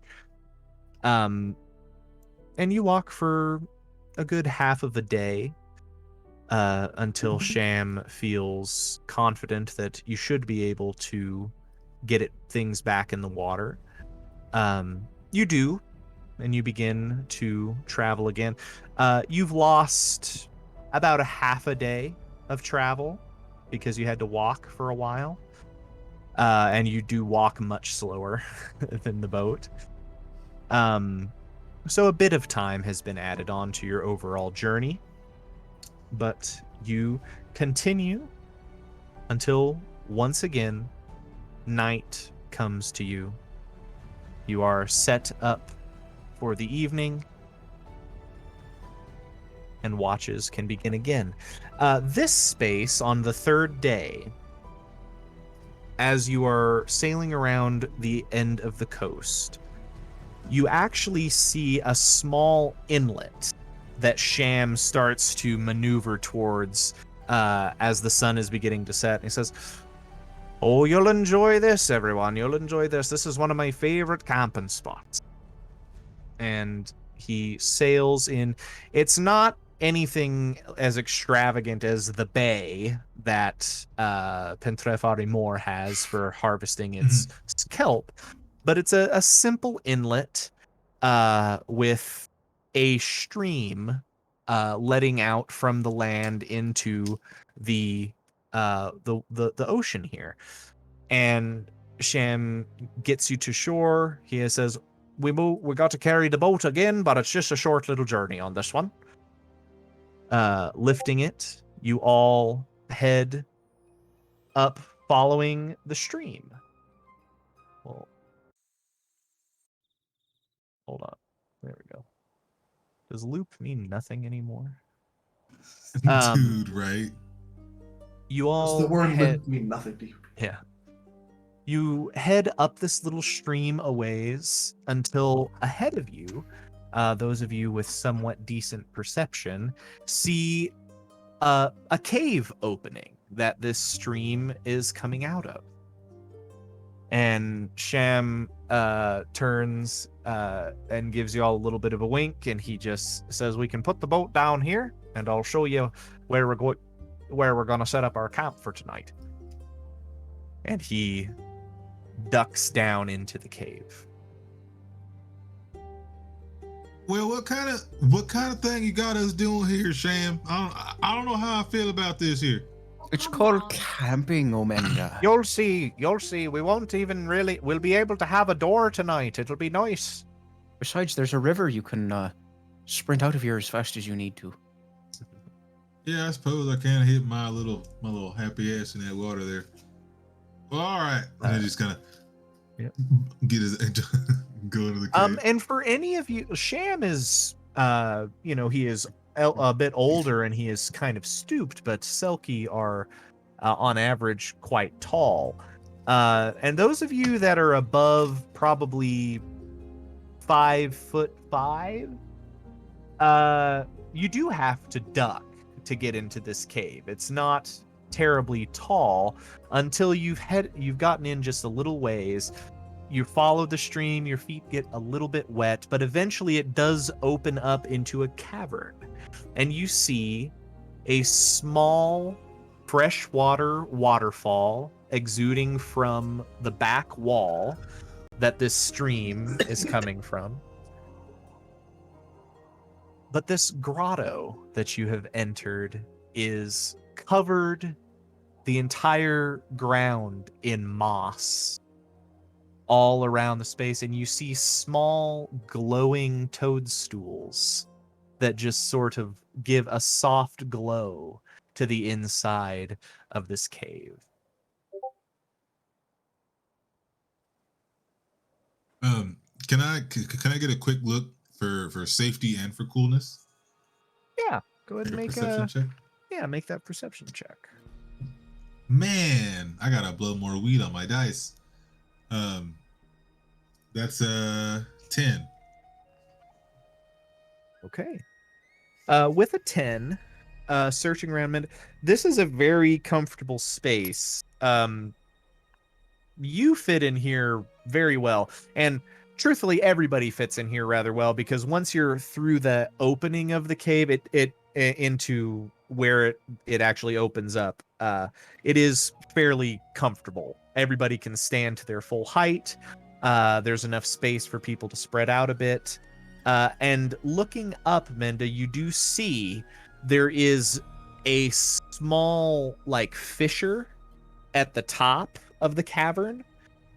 And though it is darkening outside, you're pretty sure you can still smell the salty air from outside, from up above. So there is venting to this cave as well. So a fire could actually be started in here and not smoke you all out. Very safe. Yeah. Okay. Pretty fancy. Menda will. This one's Yeah, even he got a door. kind of gets in here. Menda will take his fucking boots off. Yeah. And just get his little tootsies into that moss. Yeah. Kyra. 2, I'm getting my tootsies into that moss.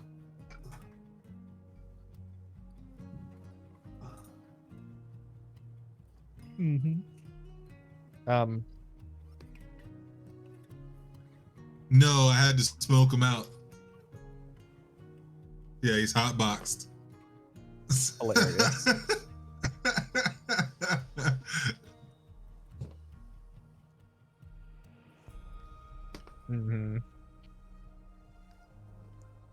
For sure.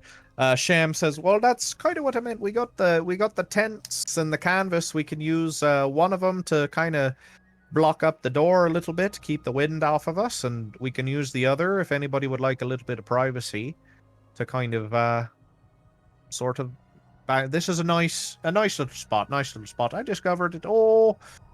Probably about 20, 30 seasons ago. It's been a while, but it's a good spot. It's a good spot when you're on extended fishing trips. But yeah, shortly you can make this into a camp. The tent canvases are much better utilized as tarps in this instance. And yes, some privacy can be provided for this little freshwater spring here. And kind of a simple door flap. And all of you can already tell, just unrolling your bed rolls and setting up the fire, this is going to be much more comfortable than pebbles underneath your bed rolls. Oh yeah. Ominda's already he started to like get real comfy in the moss. He hasn't really left the moss. I assume it's like right by the river too. Mm-hmm. Just nice and moist. And actually, Minda, I will definitely say it's like it's definitely more like a creek that's coming through here. But this cave is humid enough that it would count for being submerged in water for you. It's for especially for the duration of the whole night. You feel pretty comfortable in this space. Yeah. And with a fire going, sure enough, it does escape through the kind of fissure in the top part of the cave. But Sham says, I'm sure other people know about this cave, but I've never run into anybody else up here. So, it's kind of like a timeshare. What he says, but enjoy yourselves. This will be the last sort of spot like this that we see for a while, I expect. But I just wanted to make sure you all got a chance to see it. And sleep well, my friends. Ominda's gonna like turn to that mushroom. Was it one mushroom or was it like a series of There's mushrooms? little patches of toadstools that just give off a soft glow. How are they big or like... no brighter. The glow is no brighter than candlelight, and it's like little clusters of mushrooms, like no bigger than 1 to 2 inches, just like all over the place in little patches. Nice. Yeah. If you were to grab, be lit or whatever, or they you can. I mean, it's really easy to try. If you pluck one of the mushrooms off, it does continue to glow. You have a sneaking suspicion that it probably wouldn't last a tremendously long time. But the glow doesn't disappear as soon as you pluck the mushroom. Okay. There's a certain bioluminescence to it, and it'll take it a while for that to fully go away.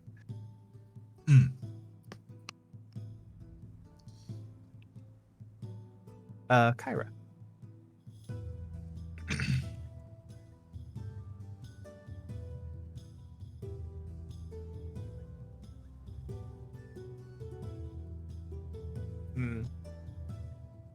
Mm-hmm.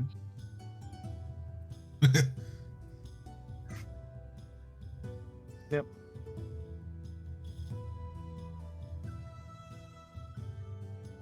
So cold. Literally groundwater.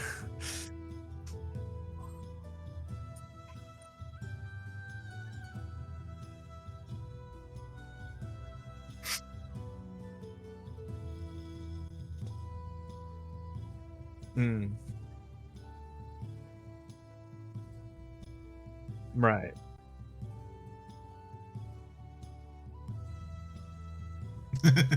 Love it. Nice.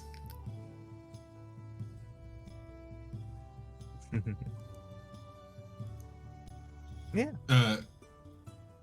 Kyle. Yeah. Would you allow me to play a prank on another player? Yeah, what do you want to do? I would, because Aminda's just a little guy. He doesn't Yeah. really care about like actually peeking or anything. What he will do is he will just cast minor illusion because he can't see what they see or anything Right, like that. for sure. He'll just minor illusion a little frog man like right past the blind and just peeking around.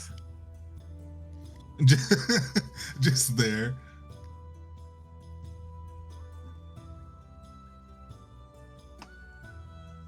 Yeah.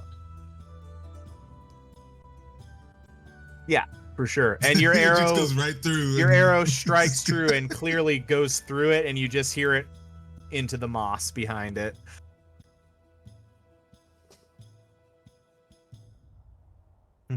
Oh, it went away right when you shot through. Yeah. It just became like wind. Yeah. It was literally just like a target for you to shoot real quick. Juniper. She asks Kyra if she has any soap to spare.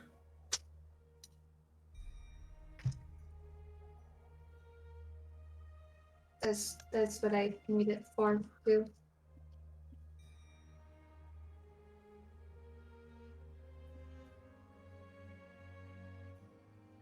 Huge.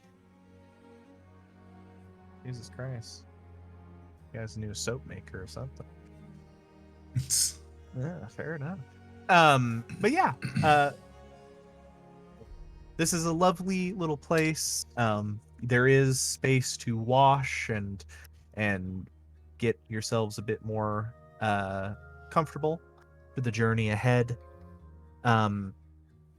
As all of you are down here, Kyra, I think, is the first to notice it.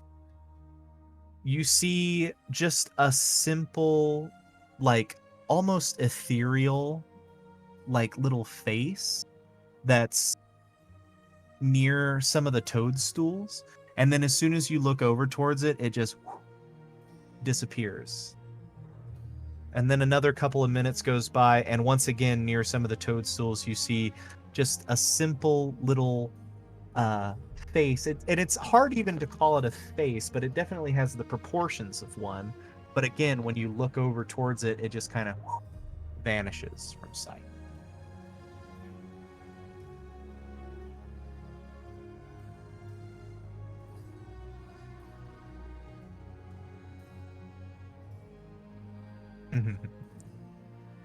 Yeah, that's No not one told okay, me we were dude. going skinny dipping. No, Well, we weren't.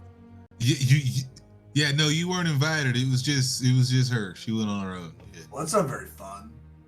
it's a little lonely. Juniper would have also cleaned up after Kyra. Yeah, for sure.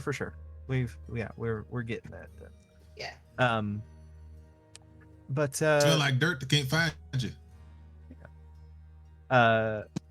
Kyra, do you think you make I just got the right idea.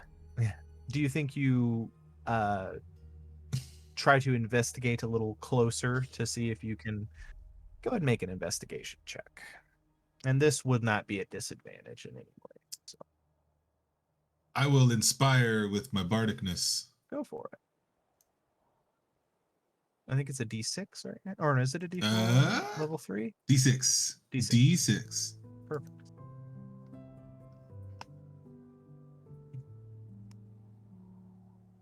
$19.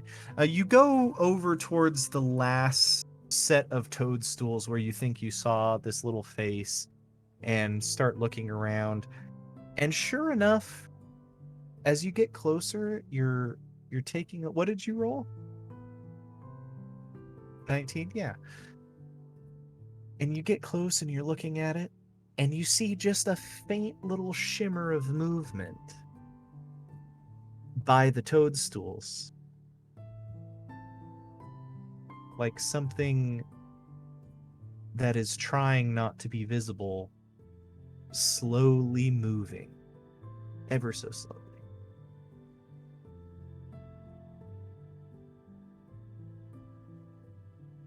Yeah, you cast Fairy Fire out, and just this little fey magic alights onto this area. And Fairy Fire covers a large enough area that it actually gets several of these things of toadstools. And you begin to see the outlines of little tiny people-shaped spirits. They have masks and very simple clothing made from the grass of the hills above. And the grass is also used on the mask, so it sticks up like a weird little haircut. And it's the one that's directly in front of you is just sitting there, and it isn't backing away. It's just sitting cross-legged in the center of all the toadstools and just looking up at you and cocking its head back and forth.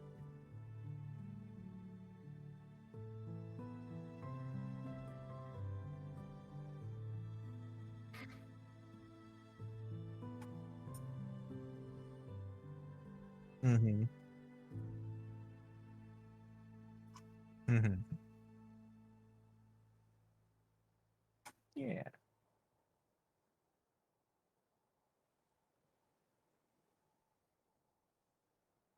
Just cocks its head back to the other side.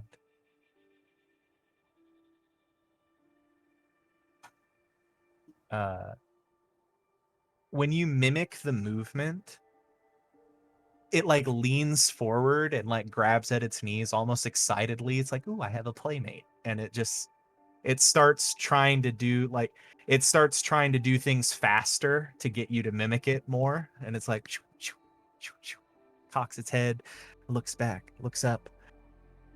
And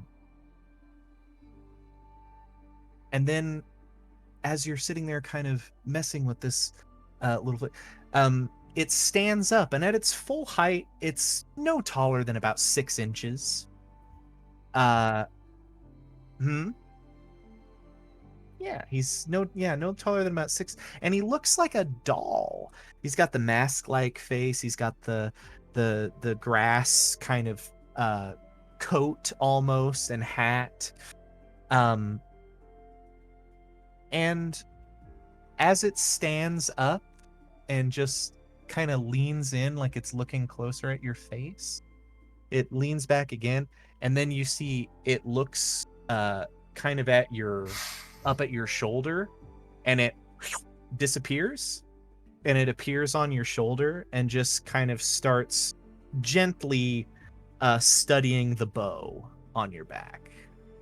And it seems to be very curious, and it's just and it's strange because this thing definitely does not have eyes. It's fully a mask, but it's clearly looking at something.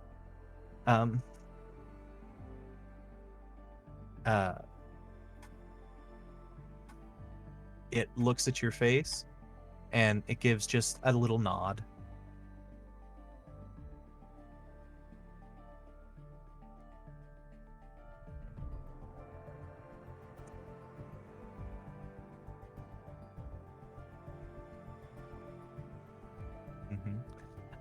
It as you take it off your back, it like grabs on to the top part of it as you swing it around and just lets you set it down there.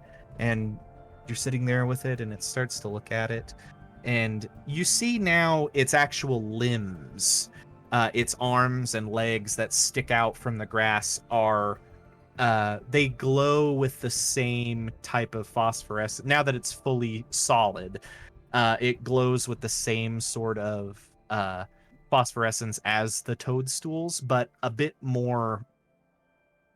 It's definitely the same type of glow. It's not made of the same material, if that makes sense.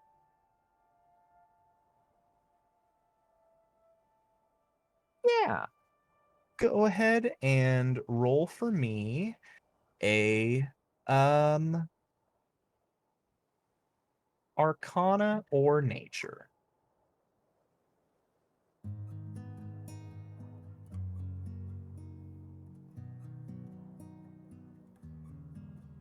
A 15. This is a small spirit, but it's not an undead. It's not a fae. This is a very tiny elemental spirit known as a Schwinga. And Schwingas are tiny little elemental spirits that live inside of plants and rocks and rivers and grottos and toadstools, far away from civilization. They prefer to move about unseen. They are scared of big folk. But they also have a fascination with the things that big folk have with them, and you're seeing that played out right before you as this small little elemental just like looks your bow up and down and like traces some of the runes on it, and as its hand passes over portions of the runes, you see just simple little flowers, just little primroses just bloom out of parts of the bow, and it as it just kind of inspects, it just fascinated by what it sees. Juniper. Do I see all of this happening? I mean, at this point, most of you see Kyra over towards one of the walls, clearly doing something. I go over to join them. And I try to say hello. In all of the different languages that I know. Okay. She's just fascinated with this little creature.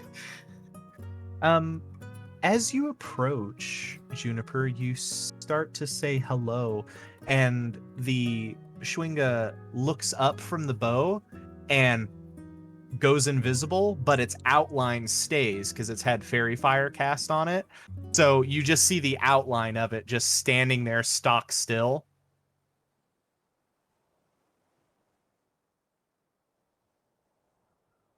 Just the head becomes visible as it kind of looks at you and then looks back up at Juniper.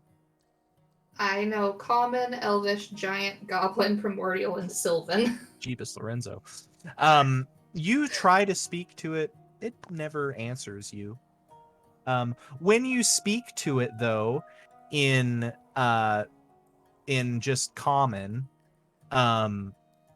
it reacts to you. It just doesn't say anything. And I will say, Kyra, having rolled decently,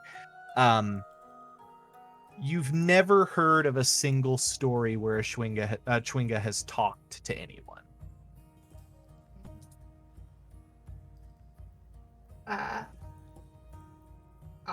She's gonna gesture at the flowers that it caused to bloom. These are absolutely lovely. And she grows a seed pod and hands it to them. See its small little hands reach out and take the seed pod, and it studies it very intently. And then it turns around and it walks straight towards the stone wall and just walks into it. 5 seconds goes by. 10, 15. About 30 Schwinga walk out of the wall, out of all of the portions of toadstools around here, just kind of walk out. And each one of them looks up at Juniper and holds out a simple rock, just a pebble. You have been chosen. Aww. you. She just uses druid craft to make these things blossom. So that's what she does. She just gives them each a seed pod. Love it. Yeah. And after a time, most of the Schwinga kind of go back to their toes. So the original one, though, sticks around. And let me just let me be a kind DM.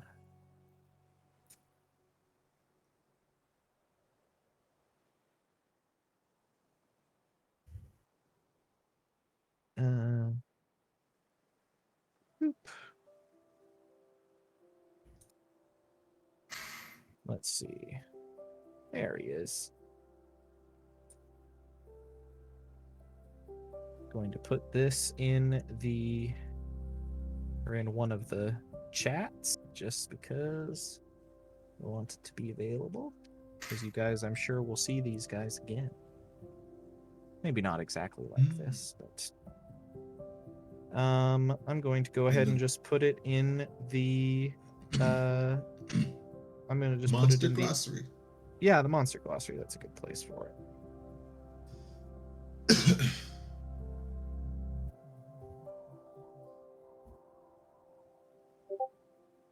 There you go. Ooh. Aww, adorable. Put him in a shuttlecock.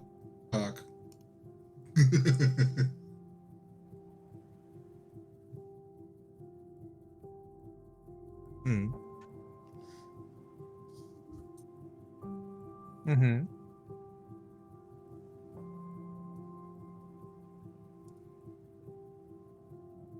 Oh.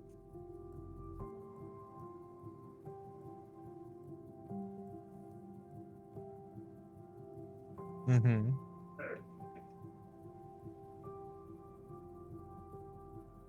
You see it looks at this gift it's been given, and it jumps up and down, and it looks at you, and then it cocks its head again, and then it mimics the exact movement that you use to sling your bow over your shoulder.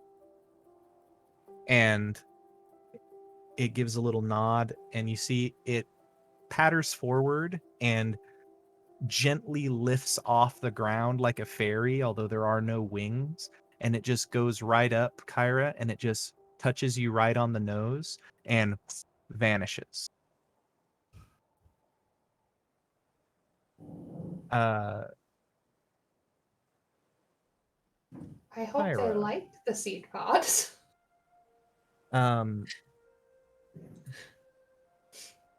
Kyra, you have a thing. Mm-hmm. Yeah.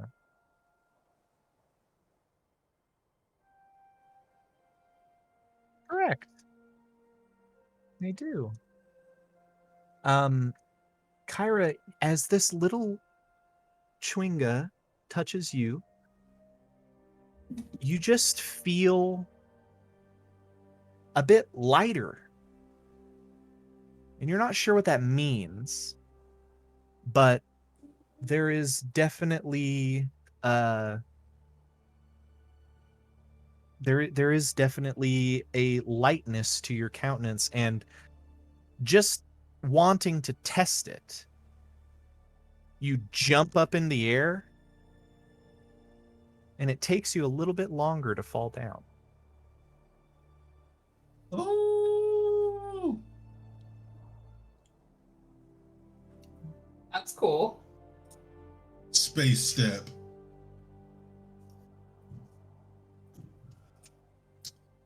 I have the gift of Schwingerfoot.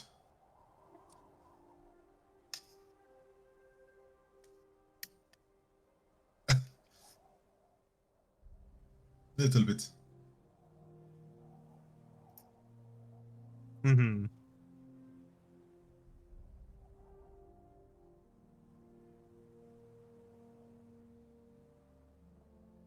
Mm-hmm.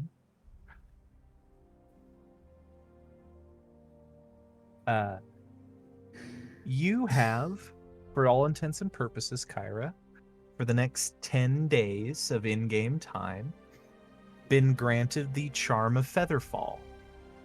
Ooh. It gives all of the same benefits as a Ring of Featherfall, but it's just temporary. That's cool.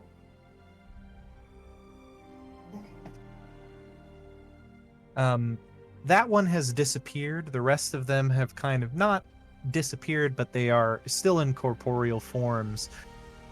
Now all around the cave, now that they seem to have assessed that none of you are a threat, and you see that like one of them just appears just sitting on top of Ophalon's head as he's eating his dinner for the night.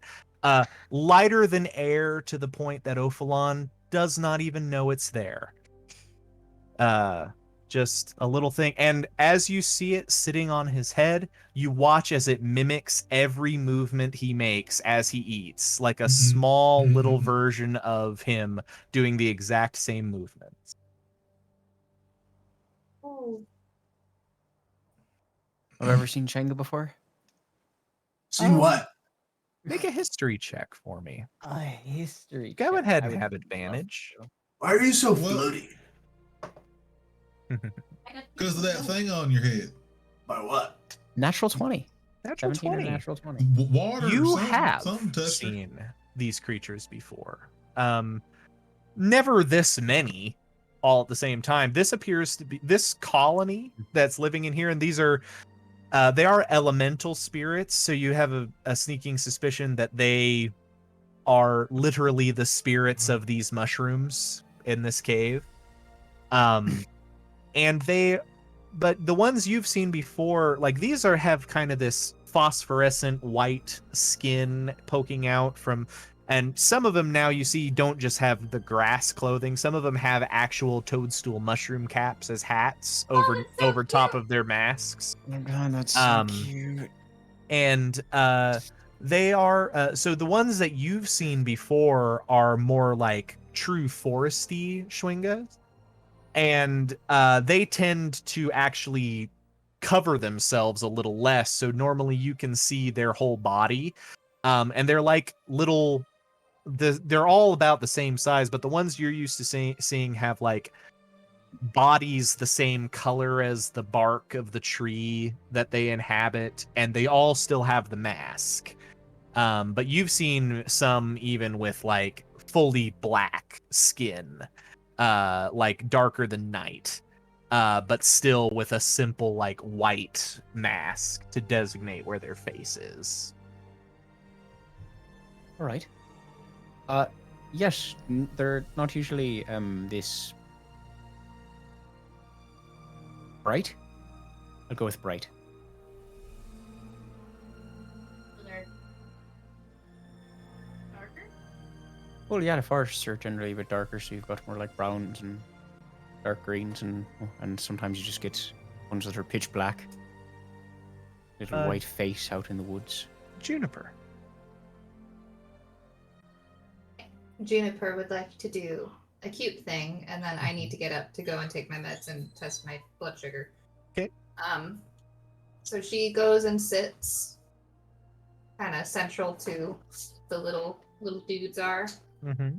And using druidcraft, she like grows like a little patch of wildflowers. And then she pulls out her viol and starts playing.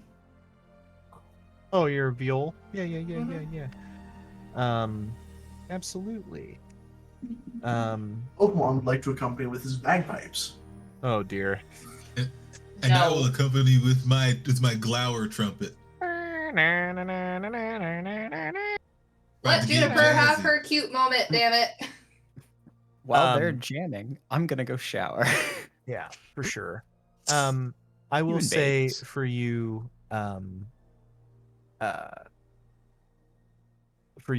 Juniper, like this does really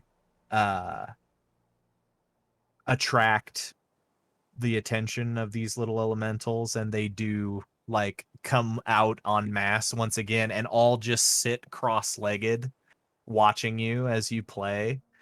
And you see a couple of them like fully, like perfectly match your exact movements. They mimic you exactly, although they do not have a viol. So they make perfect movements as if there was something there resisting them.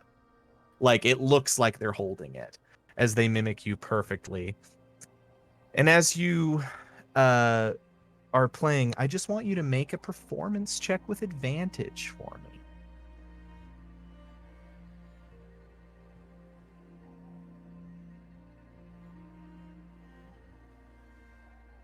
That is a 12. With a 12, that's more than enough. These little spirits are overjoyed.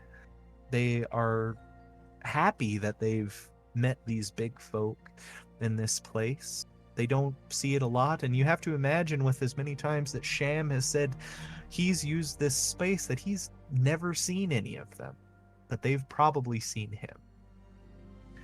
As you finish up, a lot of the Schwinga make movements like they're yawning and begin to retreat back to their patches of toadstool where they just kind of vanish once again. And the last one that's there, that's been mimicking your movements on the viol the whole time, stops and looks up at you and lifts from the ground, touches you on the nose, and vanishes themselves. You have been given a charm. I will say for this one, it's a little bit more difficult to know the charm that you've been given, but you feel elemental magic take root in you. How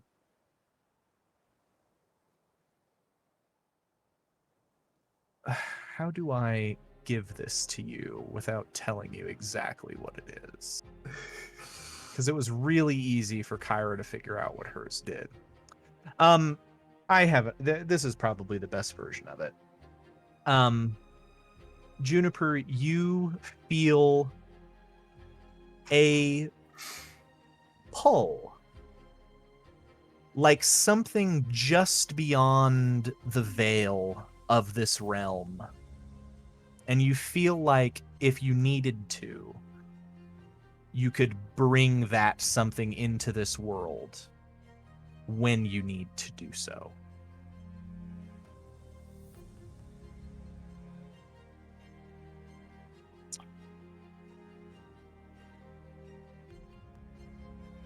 I don't know. She tries to conjure a bar of soap. You try to conjure a bar of soap. It does not conjure into your hand. Okay. I will say that just for the purposes of this, because I'm just gonna do this. You just to test it, you think and you just try to pull something to you. And in but a moment, as you concentrate on this magic,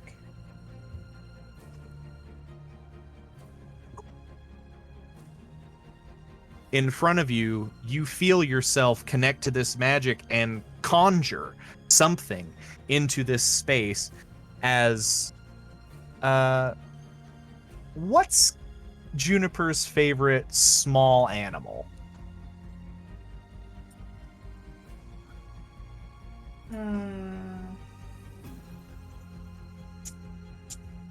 Kittens.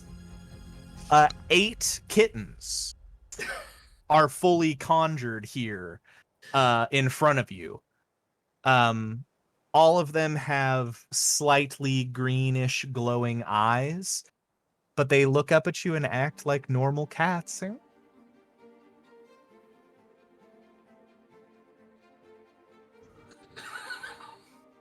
I think I did. Bitchin'. For the purposes of this, Juniper, you have been given the charm of animal conjuring. You may cast the conjure animal spell at 3rd level as an action. You get it 3 times. And this did not count as one of them. Okay. So, going to my notes. I will forget. But you all have had this very lovely moment with these creatures down here. One is still seated on Ophalon's head, mimicking all of his movements. A couple have even, like, not gotten terribly close to Ewan, but have just been kind of watching him curiously from afar. Sham is just overtaken with them. He's like, you know, he doesn't really know what to do, but he's clearly amazed. And you see a couple of them even trying to pick Menda's pocket, though they don't get too much success. They are just mimicking movements. How long does Juniper get the kittens? Huh? How long does Juniper get the kittens? The kittens remain in existence for an hour. Okay, she's just Yeah. playing with the kittens until They do then. eventually. At the end of an hour, you do see one by one, they kind of stretch, and then much like the Schwinga, they just vanish into fairy stuff. But you are in this safe place. This is a safe haven.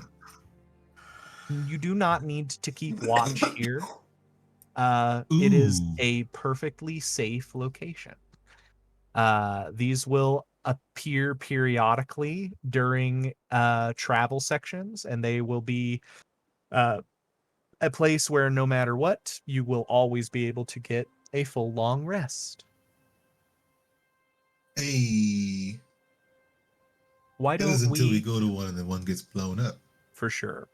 I know Caitlin needs to go do something. Let's take a 5 to 10 minute break, and we will get into the last half of our session as a car alarm goes off outside my window. Woo! Cool. I'll be right back. Yeah. Oh, beans. You with your little spirit Oh. animals. So, the other night I was doing some Trials of Osiris and Destiny with my friend Elsie to try and I just need to burn off a little bit of steam and just relax for a little bit because we were up doing pretty well and I needed to cool off before I got too in my own head. Mm-hmm. And on my friend Steve's Discord, he has the Midjourney bot. And so I was just futzing around with it. And I came up with a cool character portrait for a character I kind of want to play in a D&D campaign now. Let me see if I can find it. Yeah, here it is. I want to play a half-orc grizzled detective, Hilarious. like from a noir movie. I literally typed in greenish skin and it came up with this like green leather jacket and it's really fucking cool. It was...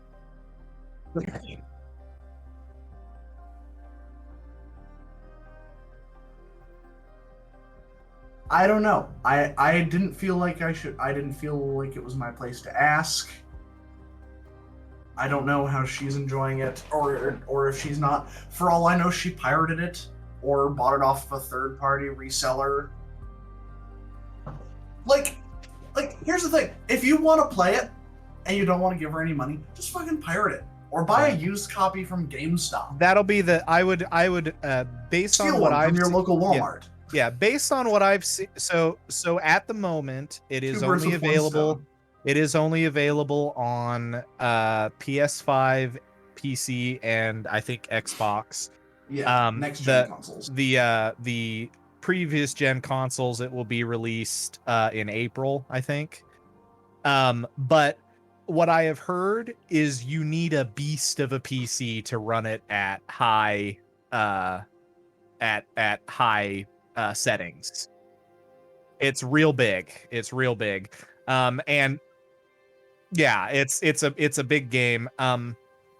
Another thing too that I have been, because I have my one of my favorite YouTubers that Travis has heard me talk about endlessly for years and years. I used to call him Joffer, but Gopher. yeah, Gopher.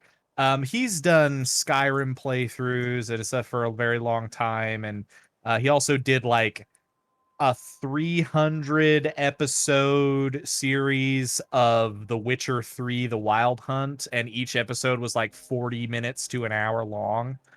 Because that just goes to show how big The Witcher 3 is as a game, especially with all the DLC. But he started playing Hogwarts Legacy, and he just is playing it. He's not no comment, like he's not talking about shit. He's just playing the game, and the game looks pretty cool. From what I saw, I don't know if it's correct to call the main storyline stopping a slave revolt, because that's kind of what people were saying about it. That's not really what's happening, because the goblins are not slaves. They just run the bank. They are, I cannot tell based on the time period yet, and from what I've seen, if they're like fully subservient to wizards. I don't believe they are, because goblins in that world never have been fully subservient to wizards. There have been a lot of goblin on wizard wars in that universe.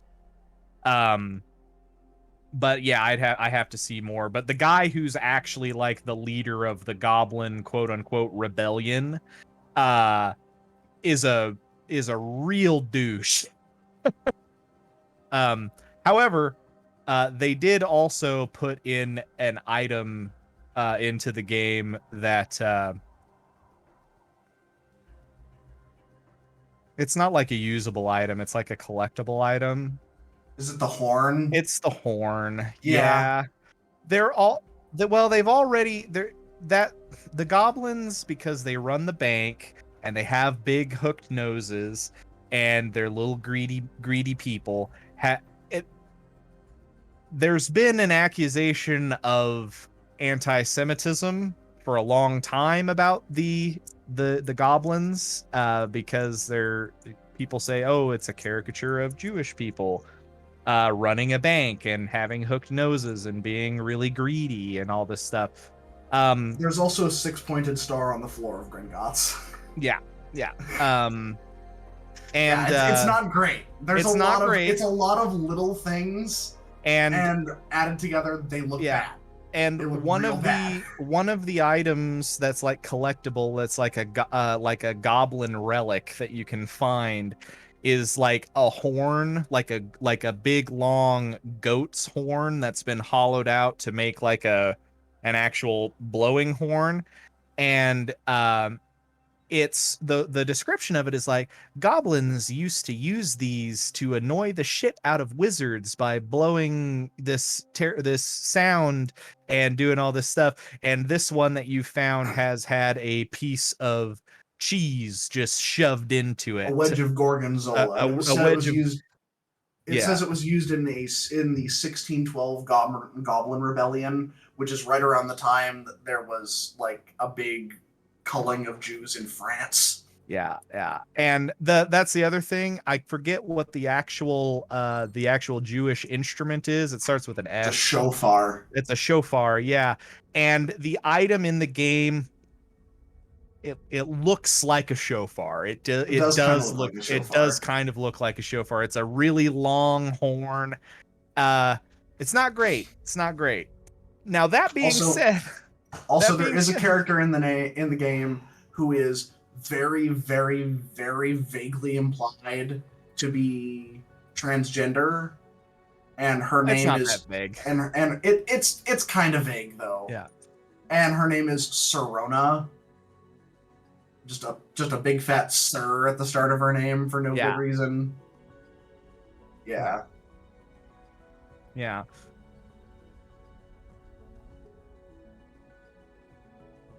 Yeah, for sure.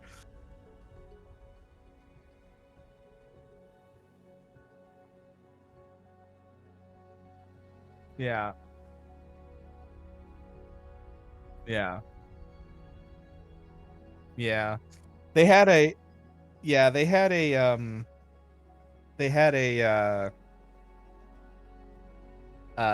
yeah, somebody said and you can meet that character really early in the game too, and it's like, oh, it seems like they just wanted to get it out of the way. That being said, and I will say this, J.K. Rowling had almost nothing to do with this game in terms of actually writing for it or anything like that.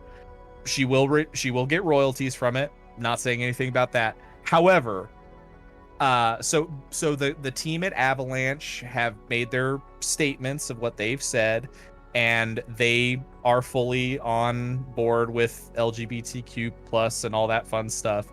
But they did make the choice to do the stuff with the goblins. They did make the choice to put that in the game. Yeah, it could have just been another dark wizard. Yeah. It could have been anything else.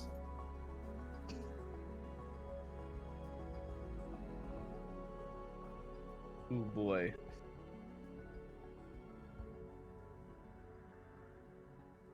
Mormon.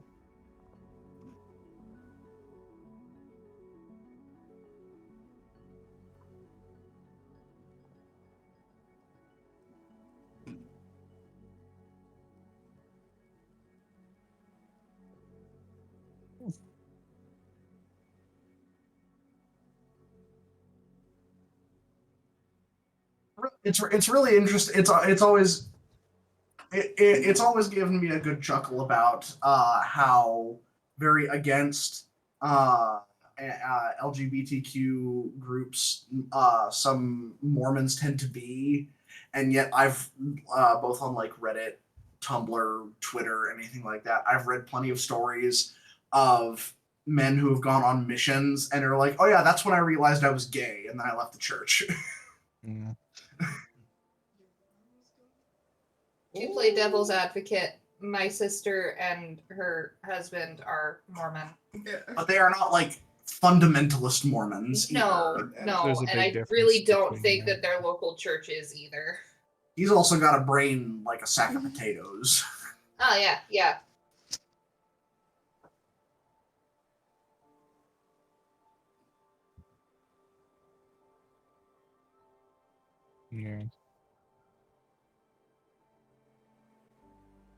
My sister also does not follow a lot of the rules. You will find that she has probably more tattoos at this point than I do. There was another train crash. A second one? There was another train derailment. This time near Houston. They're gonna shut down the whole country. We got trains derailing and crashing and exploding and fucking Chinese spy balloons and UFOs. What the fuck is going on the last 2 weeks?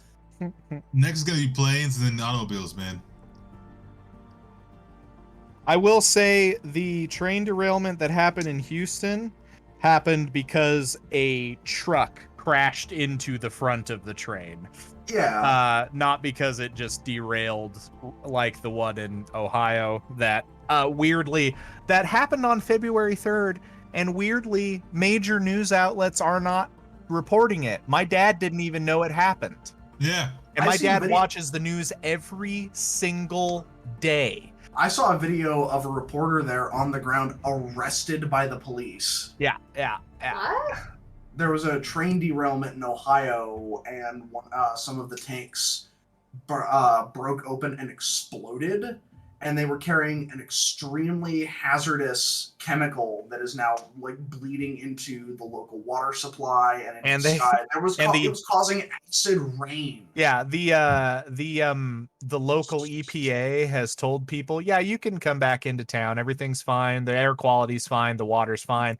And people went back into town and they looked at the local tributary and saw hundreds of dead fish floating at the top of the water and said, bullshit, the water's safe. Fish, frogs, people are doing independent pH tests and finding that it's Yeah. highly acidic, both from the And tap water the- and from local. And like, the water fun part supplies. about that is today I saw a little map that showed just like from that spot where it happened, because it's really close to Lake Erie. From that spot where it happened, the tributaries and creeks and water that spreads outward from there, the whole fucking state of Ohio is in the at-risk zone Yeah. for these chemicals to drain into. The entire Yeah. state. I mean, I don't want all the people there to get cancer. I mean, you know. We will continue now. Hilarious. Yeah. So at the end of the day, Based. if you want to play the wizard game but you don't want to give her any money, figure out a way to do that. However you want to go about it. Easiest route? There are applications. Get it done, GOG. Yeah. Yeah, buy it from a third-party key reseller. Don't pay for it. Yeah, play Elden Ring. Yeah, or do that. Play and There make actually is somebody who I think I saw on Play Twitter. head canonical trans wizard in Elden Ring. Yeah, I saw somebody playing on there said instead of playing Hogwarts Legacy, I'm gonna play Hogwarts Legacy and started up Elden Ring and made an astrologer and just fully was like, I can't wait to go to Hogwarts and just walking to Raya Lucaria. Why is everybody so mean? But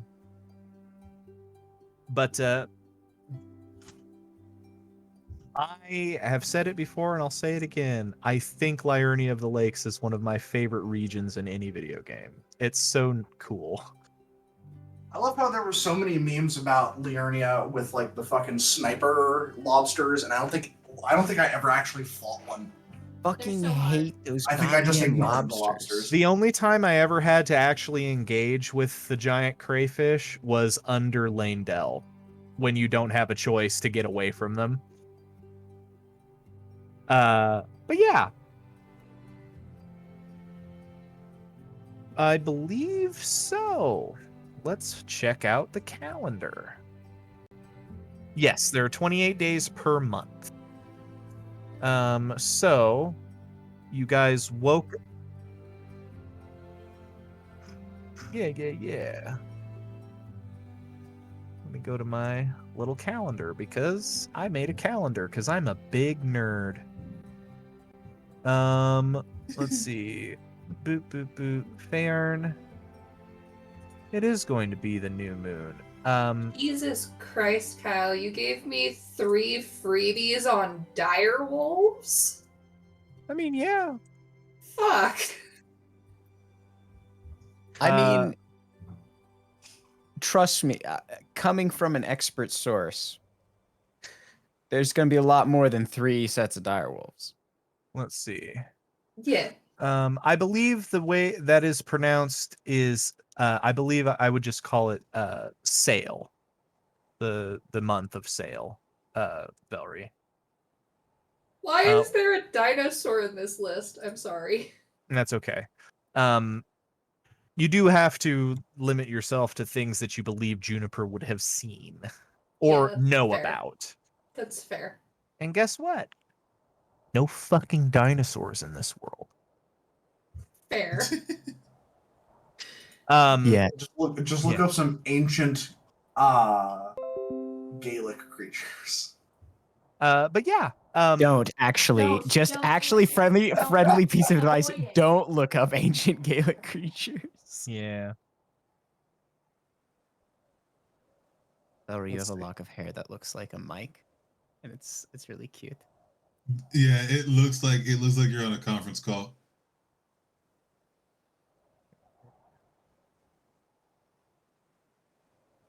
So the Ah, morning after fair. the shipwreck was the 24th of Fairn. Then you spent a night in the village dealing with some bullshit. Then you spent that, or then you woke up on the 26th. Yep. So on the yes, starting your 4th day of travel, it is the 1st of the month of Willow, which none of you can see, even though I'm looking right at it. It is the 1st of the month of Willow, which means it is approximately 15 or so days until the festival of Bealtana, which will herald the shift from spring into summer. On this, your 4th day of travel, you all take off, rolling for weather once again.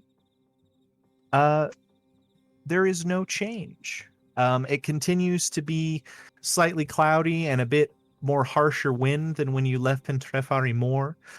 Although, thankfully today the wind is blowing in a favorable direction in the morning. You travel along the coast for a time. Kyra and anybody who thinks they might be keeping watch, just you go ahead and give me a perception check.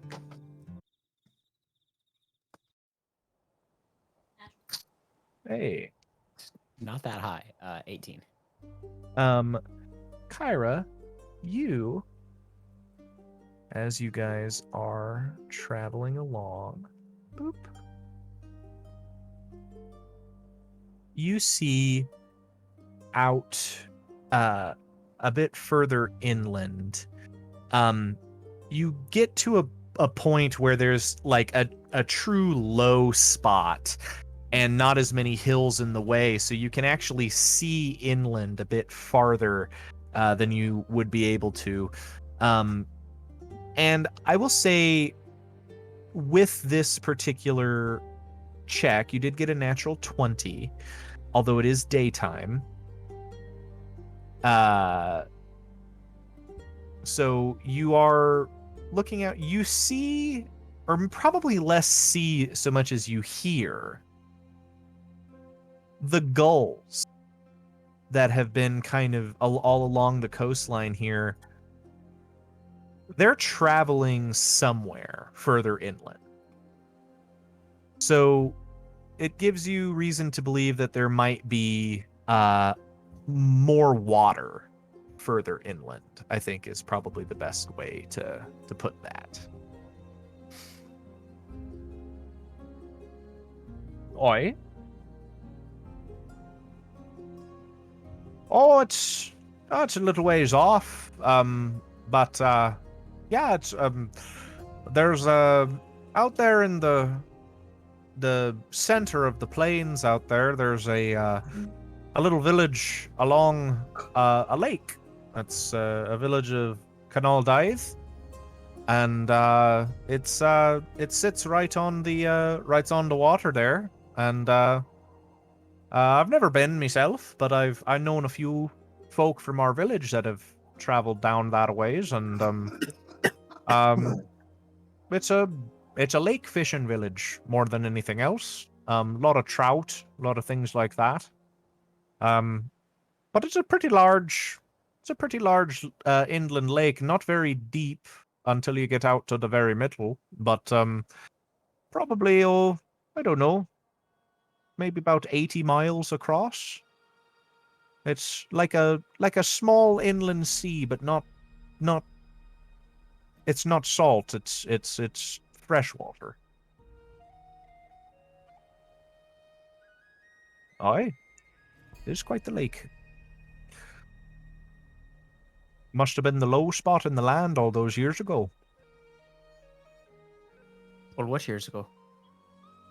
all the said that well, and he gestures on the ship back the way you guys have came, and you can see the peaks of the mountains still rising up behind you, although they are diminishing in size as you continue further and further away from them.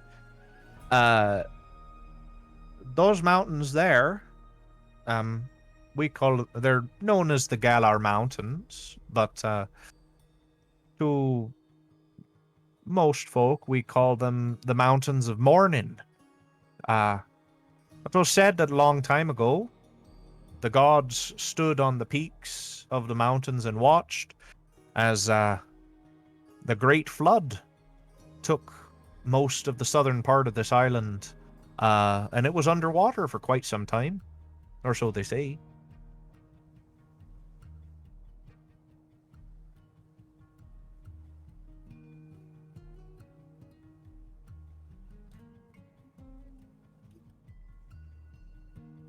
Aye, all those that were lost. I wouldn't know if it was true or not, but from what I've heard in those old stories, that wilderness that's north of the mountains used to extend past them, and this whole southern part of the island was a grand forest as well. But not for quite some time.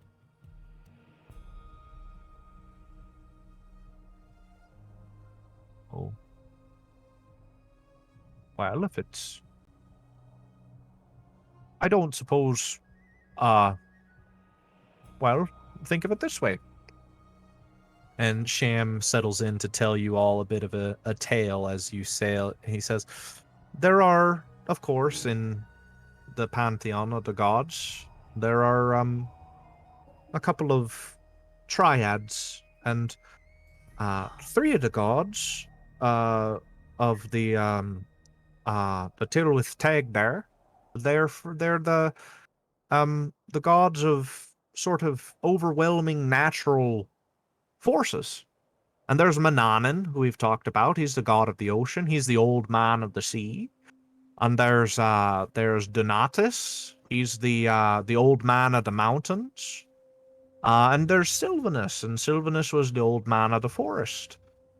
And you know, I can't know for sure, but I can't imagine that even amongst brothers that a god of the forest would be very pleased when the ocean that his brother commands sweeps o'er the fields of an entire island and destroys whole swaths of forests. But there aren't really many tales about that, so I'm not sure.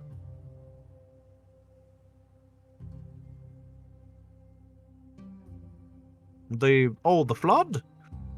The flood was certainly done purposefully, but it wasn't done by the old man Mannanan. No, it was not. Well,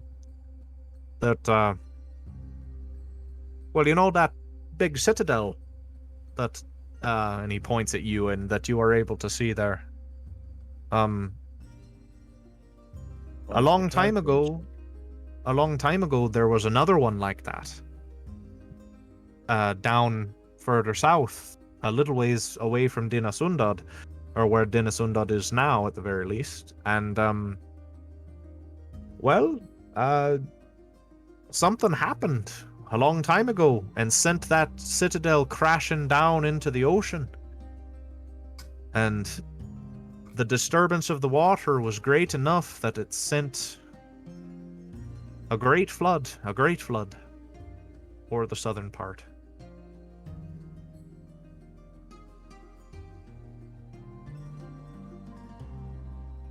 But that, I don't know. But that very citadel is under the water now, and that's where the old man of the sea makes his castle. So, and he laughs a little bit. Maybe one of you will get to go and ask him,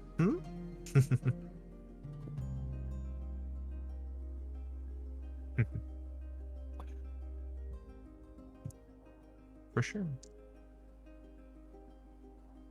The day progresses onward. No major hurdles. Another night is had for the purposes of expediency.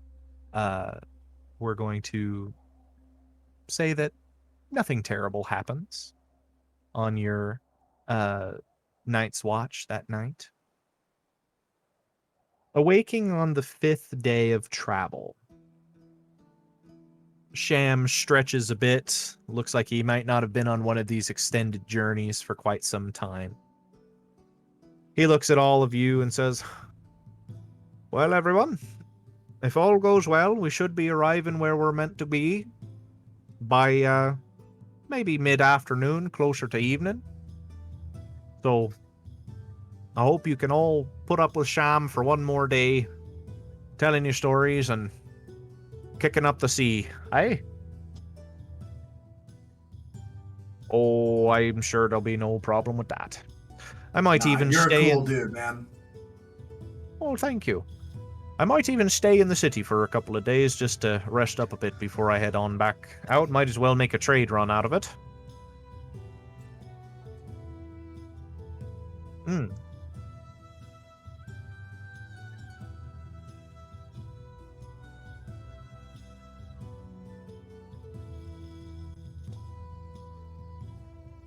Hmm. Right.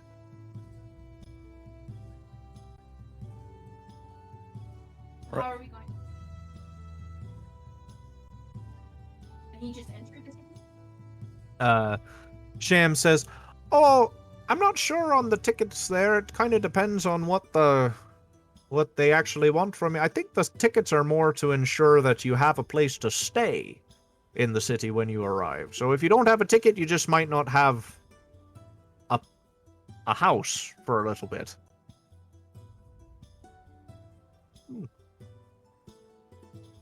I mean, Stuck I with us for a little while. probably just sit on roofs or something. I don't think it's an issue.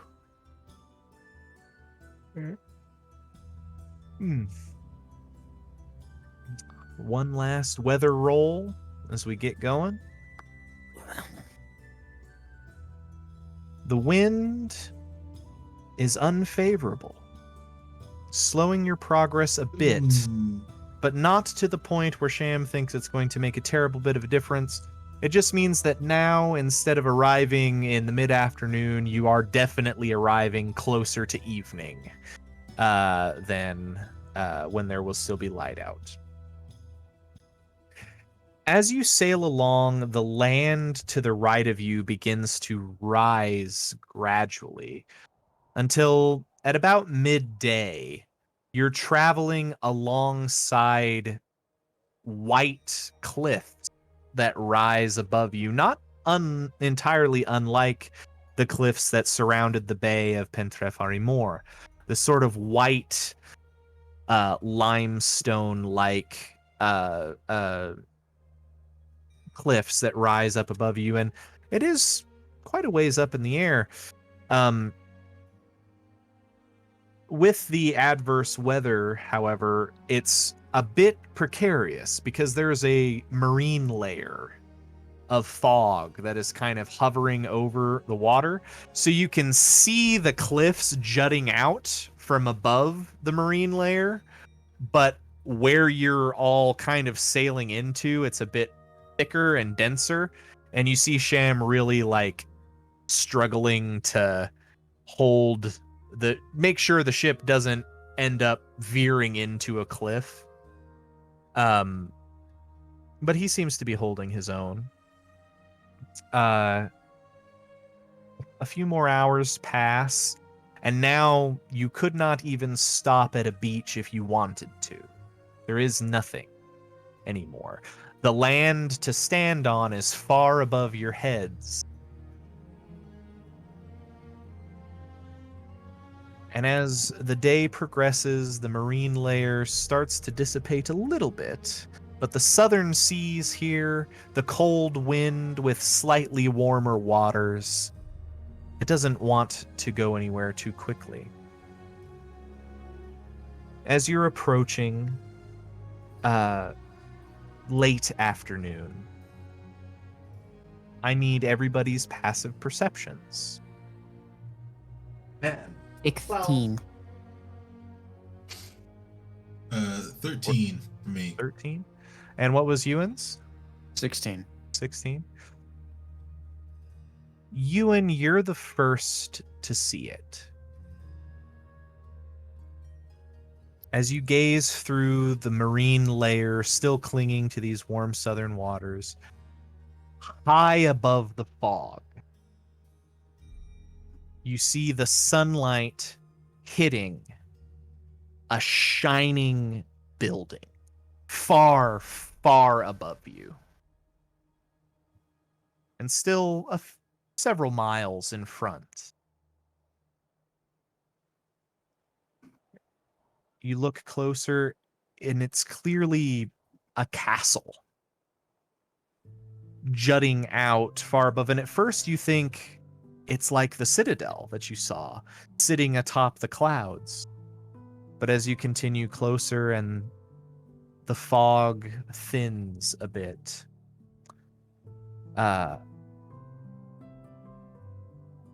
you see the shining white cliffs go and stretch up and up and up. And they are joined by a massive 7-tiered city formed from the same white limestone of the cliffs. Though clearly a large city, it seems to have been built with the land in mind, at least from this angle.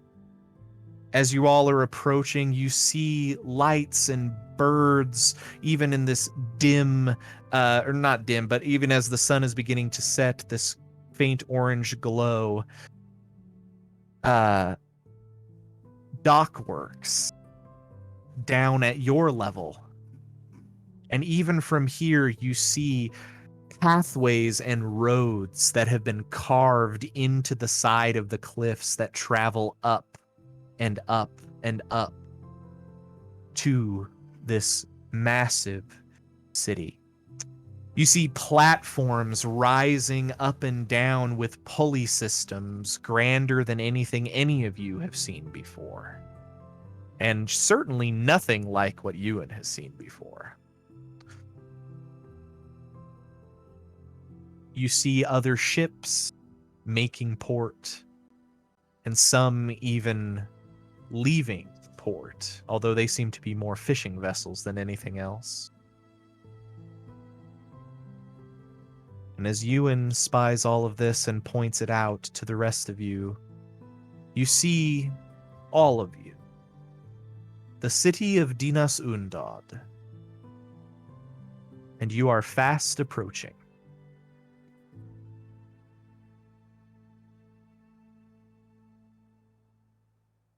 That's certainly going to be a hike. Yes. Feeling up for it? And for those of you that are from the continent of Lurinel, you all traveled to a coastal city to get on a ship to come to this island. That is nothing like what you see here. It was spread out along the coast, and nothing this sort of technologically savvy with the strange elevator-like things with pulleys and things like that. This, I in my description of it, I think the best way, imagine Minas Tirith, but instead of built into the side of the mountain, it's built into the side of some cliffs and then continues to go up with it, like a big spit of land. Multiple tiers, at least 7 that you can count, like a cake rising up above. Sham chuckles at all of you catching sight of this place for the first time and says, "Well, everyone, I got you here just as good as I said I would. And always trust good old Sham." As he steers into the docks. and it is busy. People are everywhere. And now, for those of you that are from slightly more populated areas, things start to make a little bit more sense. You see half orcs, you see half giant, you see strange humanoid looking, like human looking folk, but with like ram or goat horns jutting from their head. And they're not satyrs or ushrik. They are more like actual humans, but you see a simple spaded tail jutting out from at the base of their spine. You see halflings and gnome folk with their little masks and hoods pulled up. This is a bustling city, and you all are strangers that have arrived in its midst. Mm-hmm.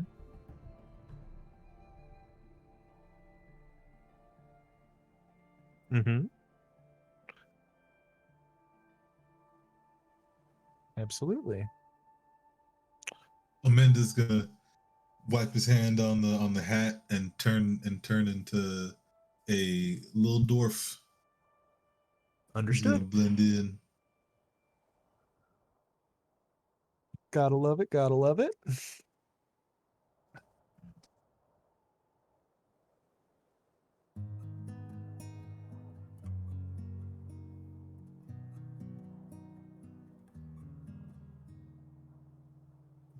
Yeah. Wait, are there places with this many people? Yeah. It's so loud. It is quite a bit of people. I don't know how we're gonna get through this. This here. Well, I don't know what you call this. There's so many different people here. Is it traffic? Very crowded. Sham just says, "Oh, don't you worry, none. We'll get you where you need to go."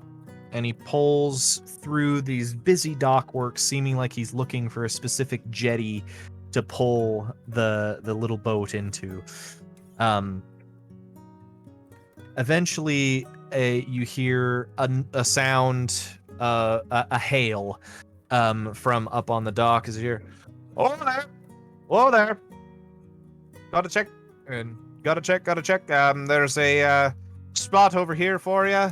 I gotta keep." And you see like a wharf master, another dwarf with fiery red hair and a chin beard that just the chin part has been grown out super long and is knotted. So it's sitting there but otherwise his hair is very closely cropped. And you see he's looking out, and he's got a little notepad and a quill, and he's looking at all of you. He says, "Right there, right, everyone. Welcome to Dinasundad. This is where you can store your boat while you're here. There are 1, 2, 3, 4, 5, 6 of you. We will be able to accommodate you in the city, no problem. Let's see. Whereabouts are you coming from?"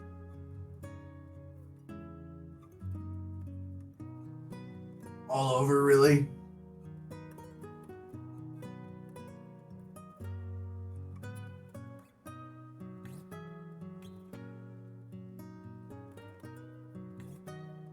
Someone Pentrafari Moor is the name of the town. It says, he looks at you, says, "You said you were on a ship that crashed. You wouldn't be happen to be talking about the Broadbeam, would you?" Well, I think that would be the one. "Oh, thank the gods there were survivors. Oh my goodness. Right. Well, you all were supposed to be here 2 days ago. No, but the ship has fully crashed. It's fully gone down. There's nobody else coming." A serpent attacked our This ship. is Oh, this wreckage you dear. could find. That's truly a shame. Truly a damn shame.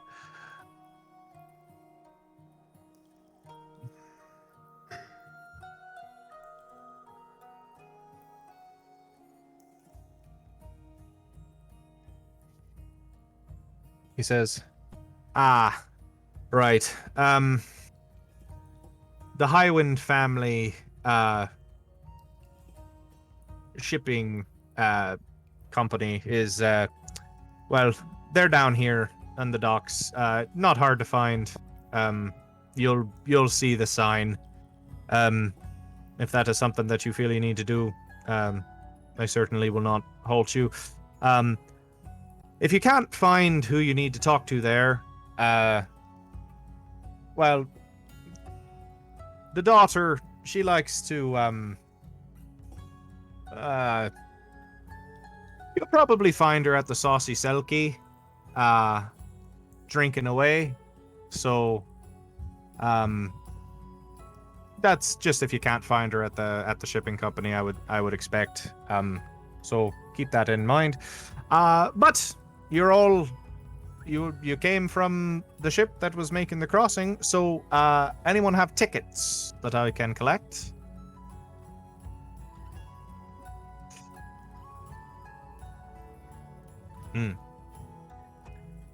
Wonderful. Well, you see, good sir, having having our whole ship be jostled into the air by a massive battling beast, I seem to have misplaced my ticket. Amanda, make a deception check with advantage.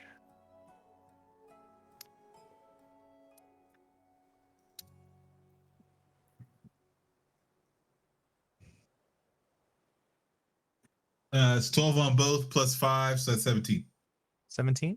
You see, he looks you up and down. He says, well, that certainly would make sense. And he does like regard Kyra's ticket, which very clearly has been soaked through with water at some point, but then meticulously dried out to make sure it didn't tear or anything terrible like that.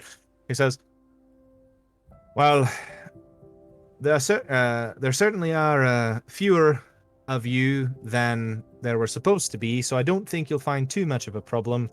I can't give you another ticket.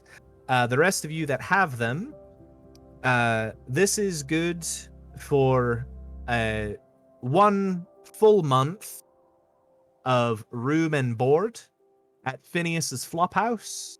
That's up on the it's up on the lower ring. It's nothing fancy. It's just a room with a bed and a chair.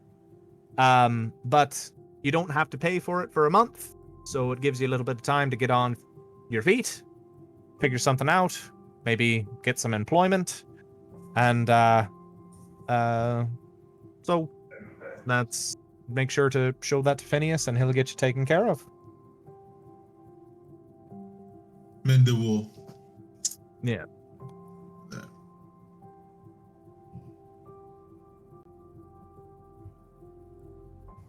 Well, the rooms there certainly are not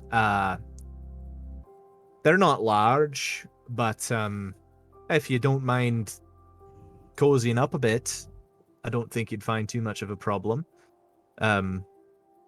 Yes, Juniper. At this bit of information, worst case scenario, Kyra, we could always maybe share a room so the boys can take the spare. You want me to buck with him? Oh. I'm okay with that. Well, we'll see who comes out on top. Guys, I'm so excited. Gross. Hey, Frogs have it. Don't put words in my mouth. These ones go up there, it'll be an internal poisoning, and that's going to be some drastic measures. Why is this getting? You guys, I'm so excited. Nobody here looks like me. It's gonna be easy to find my brother. Maybe. I don't know. It's a big Yeah. city, Ophalon. Luckily, I got these. Of course. For sure. And you see, he points. He says, "If you have a bit of coin to spare, you can take the lift." And he gestures over, and you see this one of these platforms with pulleys and stuff, and you see two large stone creatures that are just pulling on these ropes and lifting this lift up and up and up. He says, "A bit of coin, you can ride the lift up. Otherwise, you want to take the Cliffkeep Road." And he points to kind of an archway that's cut out behind kind of the dock areas. And he says it'll wind up there. It's a cart path, but plenty of people walk it. It might take you about maybe 45 minutes to an hour to get up to the base ring. Got a lot of curves in it. Had to follow the mountain, all that. Are you okay, Travis? You could take the donkey to the top of the rim, or you Yes, can take the tram. correct. It is the same price. Yes. Although in this instance, you do not have to pay for the donkey ride. I'm sorry. It's just Yes, old Amanda. magic reference.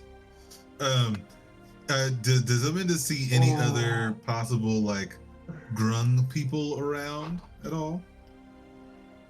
Any Make a perception grung check folk? with advantage. That's an old Ron White joke. It's a very old Ron White joke.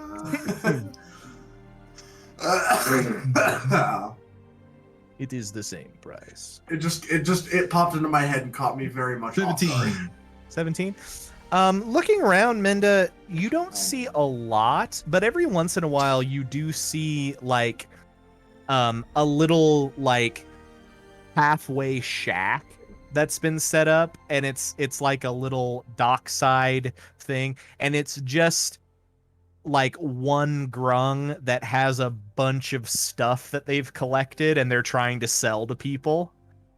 But that's Okay. really all you see. You see maybe in this, you look around for like 2 minutes, you see maybe 2 other grung total in this cacophony of people.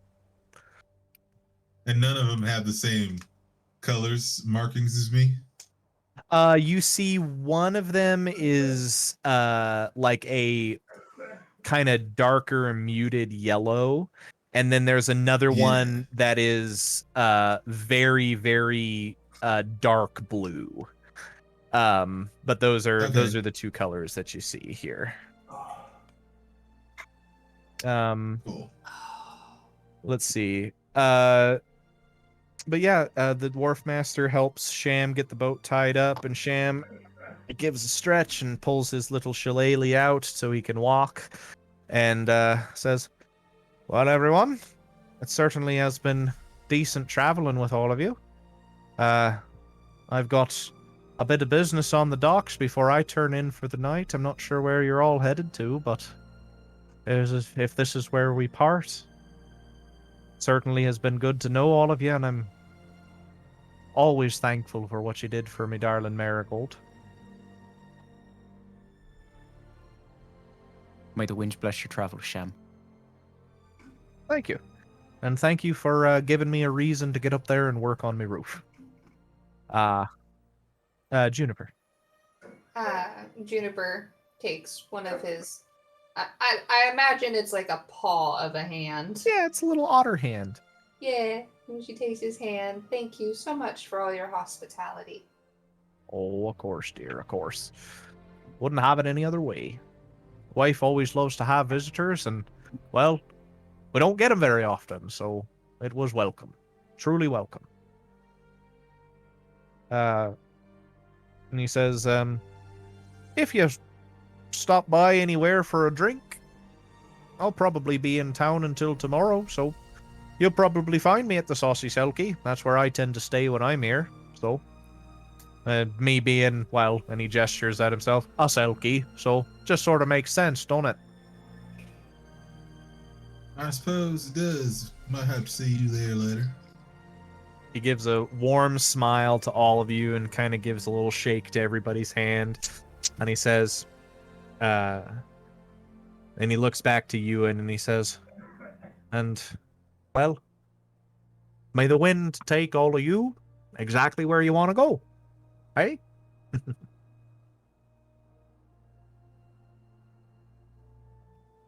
Of course.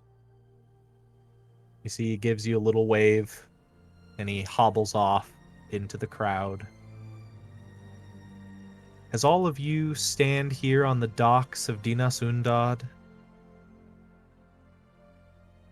ready to begin the next step of your journey, we're going to end for tonight. Woohoo! Now that we have the travel session out of the way. But we got some good RP in the Schwingas and stuff like that. So. We love A nice little Oh, nice. rest after Fucking the drinkable hit. combat from last time. that was intense. I couldn't pick my fucking head up. Yeah, you were. I Dumbass thought you over were here. out there a couple of times, Paul. I will say Dim. that before we fully end for the night, the Wharf Master does give you guys a couple of ideas of shops and places where you might be able to stop in. I'm not sure how much coin any of you have. But again, barter can usually be thought of, or you guys might find something you want and then go find some Or I could just steal it. coin to be made, or you might steal it. The shops that are available to you, and the reason I'm telling you all this is so before anybody decides they want to go do some shopping, they kind of know the places that exist. They will have been told about them. Yeah. There is a Right. general store called Muggleyump Bims. Any relation to Chungle Down, Bim? Not a single relation. There is an Jungle Yump Bims. yeah, Muggleyump. Muggle Yump Bims is Muggle Yump. Muggle Yump Bims. There is a smithy called Frolda's Arms and Armor. Nice and simple. Froldas? Frolda, Hrudla, Yeah. or Hrulda. Frolda. Yeah. Frolda. There is a strange shop that is sometimes there and sometimes not called Smiley's Chest of Wonders. Ooh. And there is an Blinksy is back there- again. yeah, and there's an apothecary known as the Blooming Heather. Ooh. the blooming And then heather. in terms of places to stay, you guys have free room and board at Phineas's Flop House for a month. There are, however, also the other options. The Saucy Selkie does offer a few rooms, not many. It's mostly fishermen and dock workers that go there. Slightly higher up, maybe towards the middle tier of the city, there is the Happy Candle Inn and Pub. And down on the lowest level of, not the docks, but the lowest level of the city, the same level where Phineas's Flop House is, there is also the Bear and the Butcher. Ooh, bear. However, you've Sure been sounds told like that my the kind Bear of and the establishment. Butcher, you've been told that the Bear and the Butcher does not offer rooms. They're not really an inn. They're more of a pub. I fall asleep at the table. Yeah, and people probably with a do. cup in my hand. So yeah, those are some information you've been given by the Wharf Master, and when next we meet, you guys can begin your explorations of Dinas Undad. Getting yeah. yourselves settled in what will be your home, question mark for a while at least, until you Oh, man, decide that's to just kinda venture out trashy. into the land again. And this gives the DM time to build his capital city a little bit more.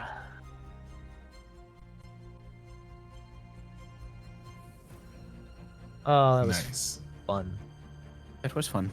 Yeah, fun sesh, man. Mm. I am, however, I think it's a good idea for me to go Yeah, and pass the fuck out. yeah, go pass out, Paul. Truly thought you had passed out like 3 times. Nope, so I was awake the whole time. proud of Hung you. on. My eyes What a just were not warrior. open. What a fucking champ.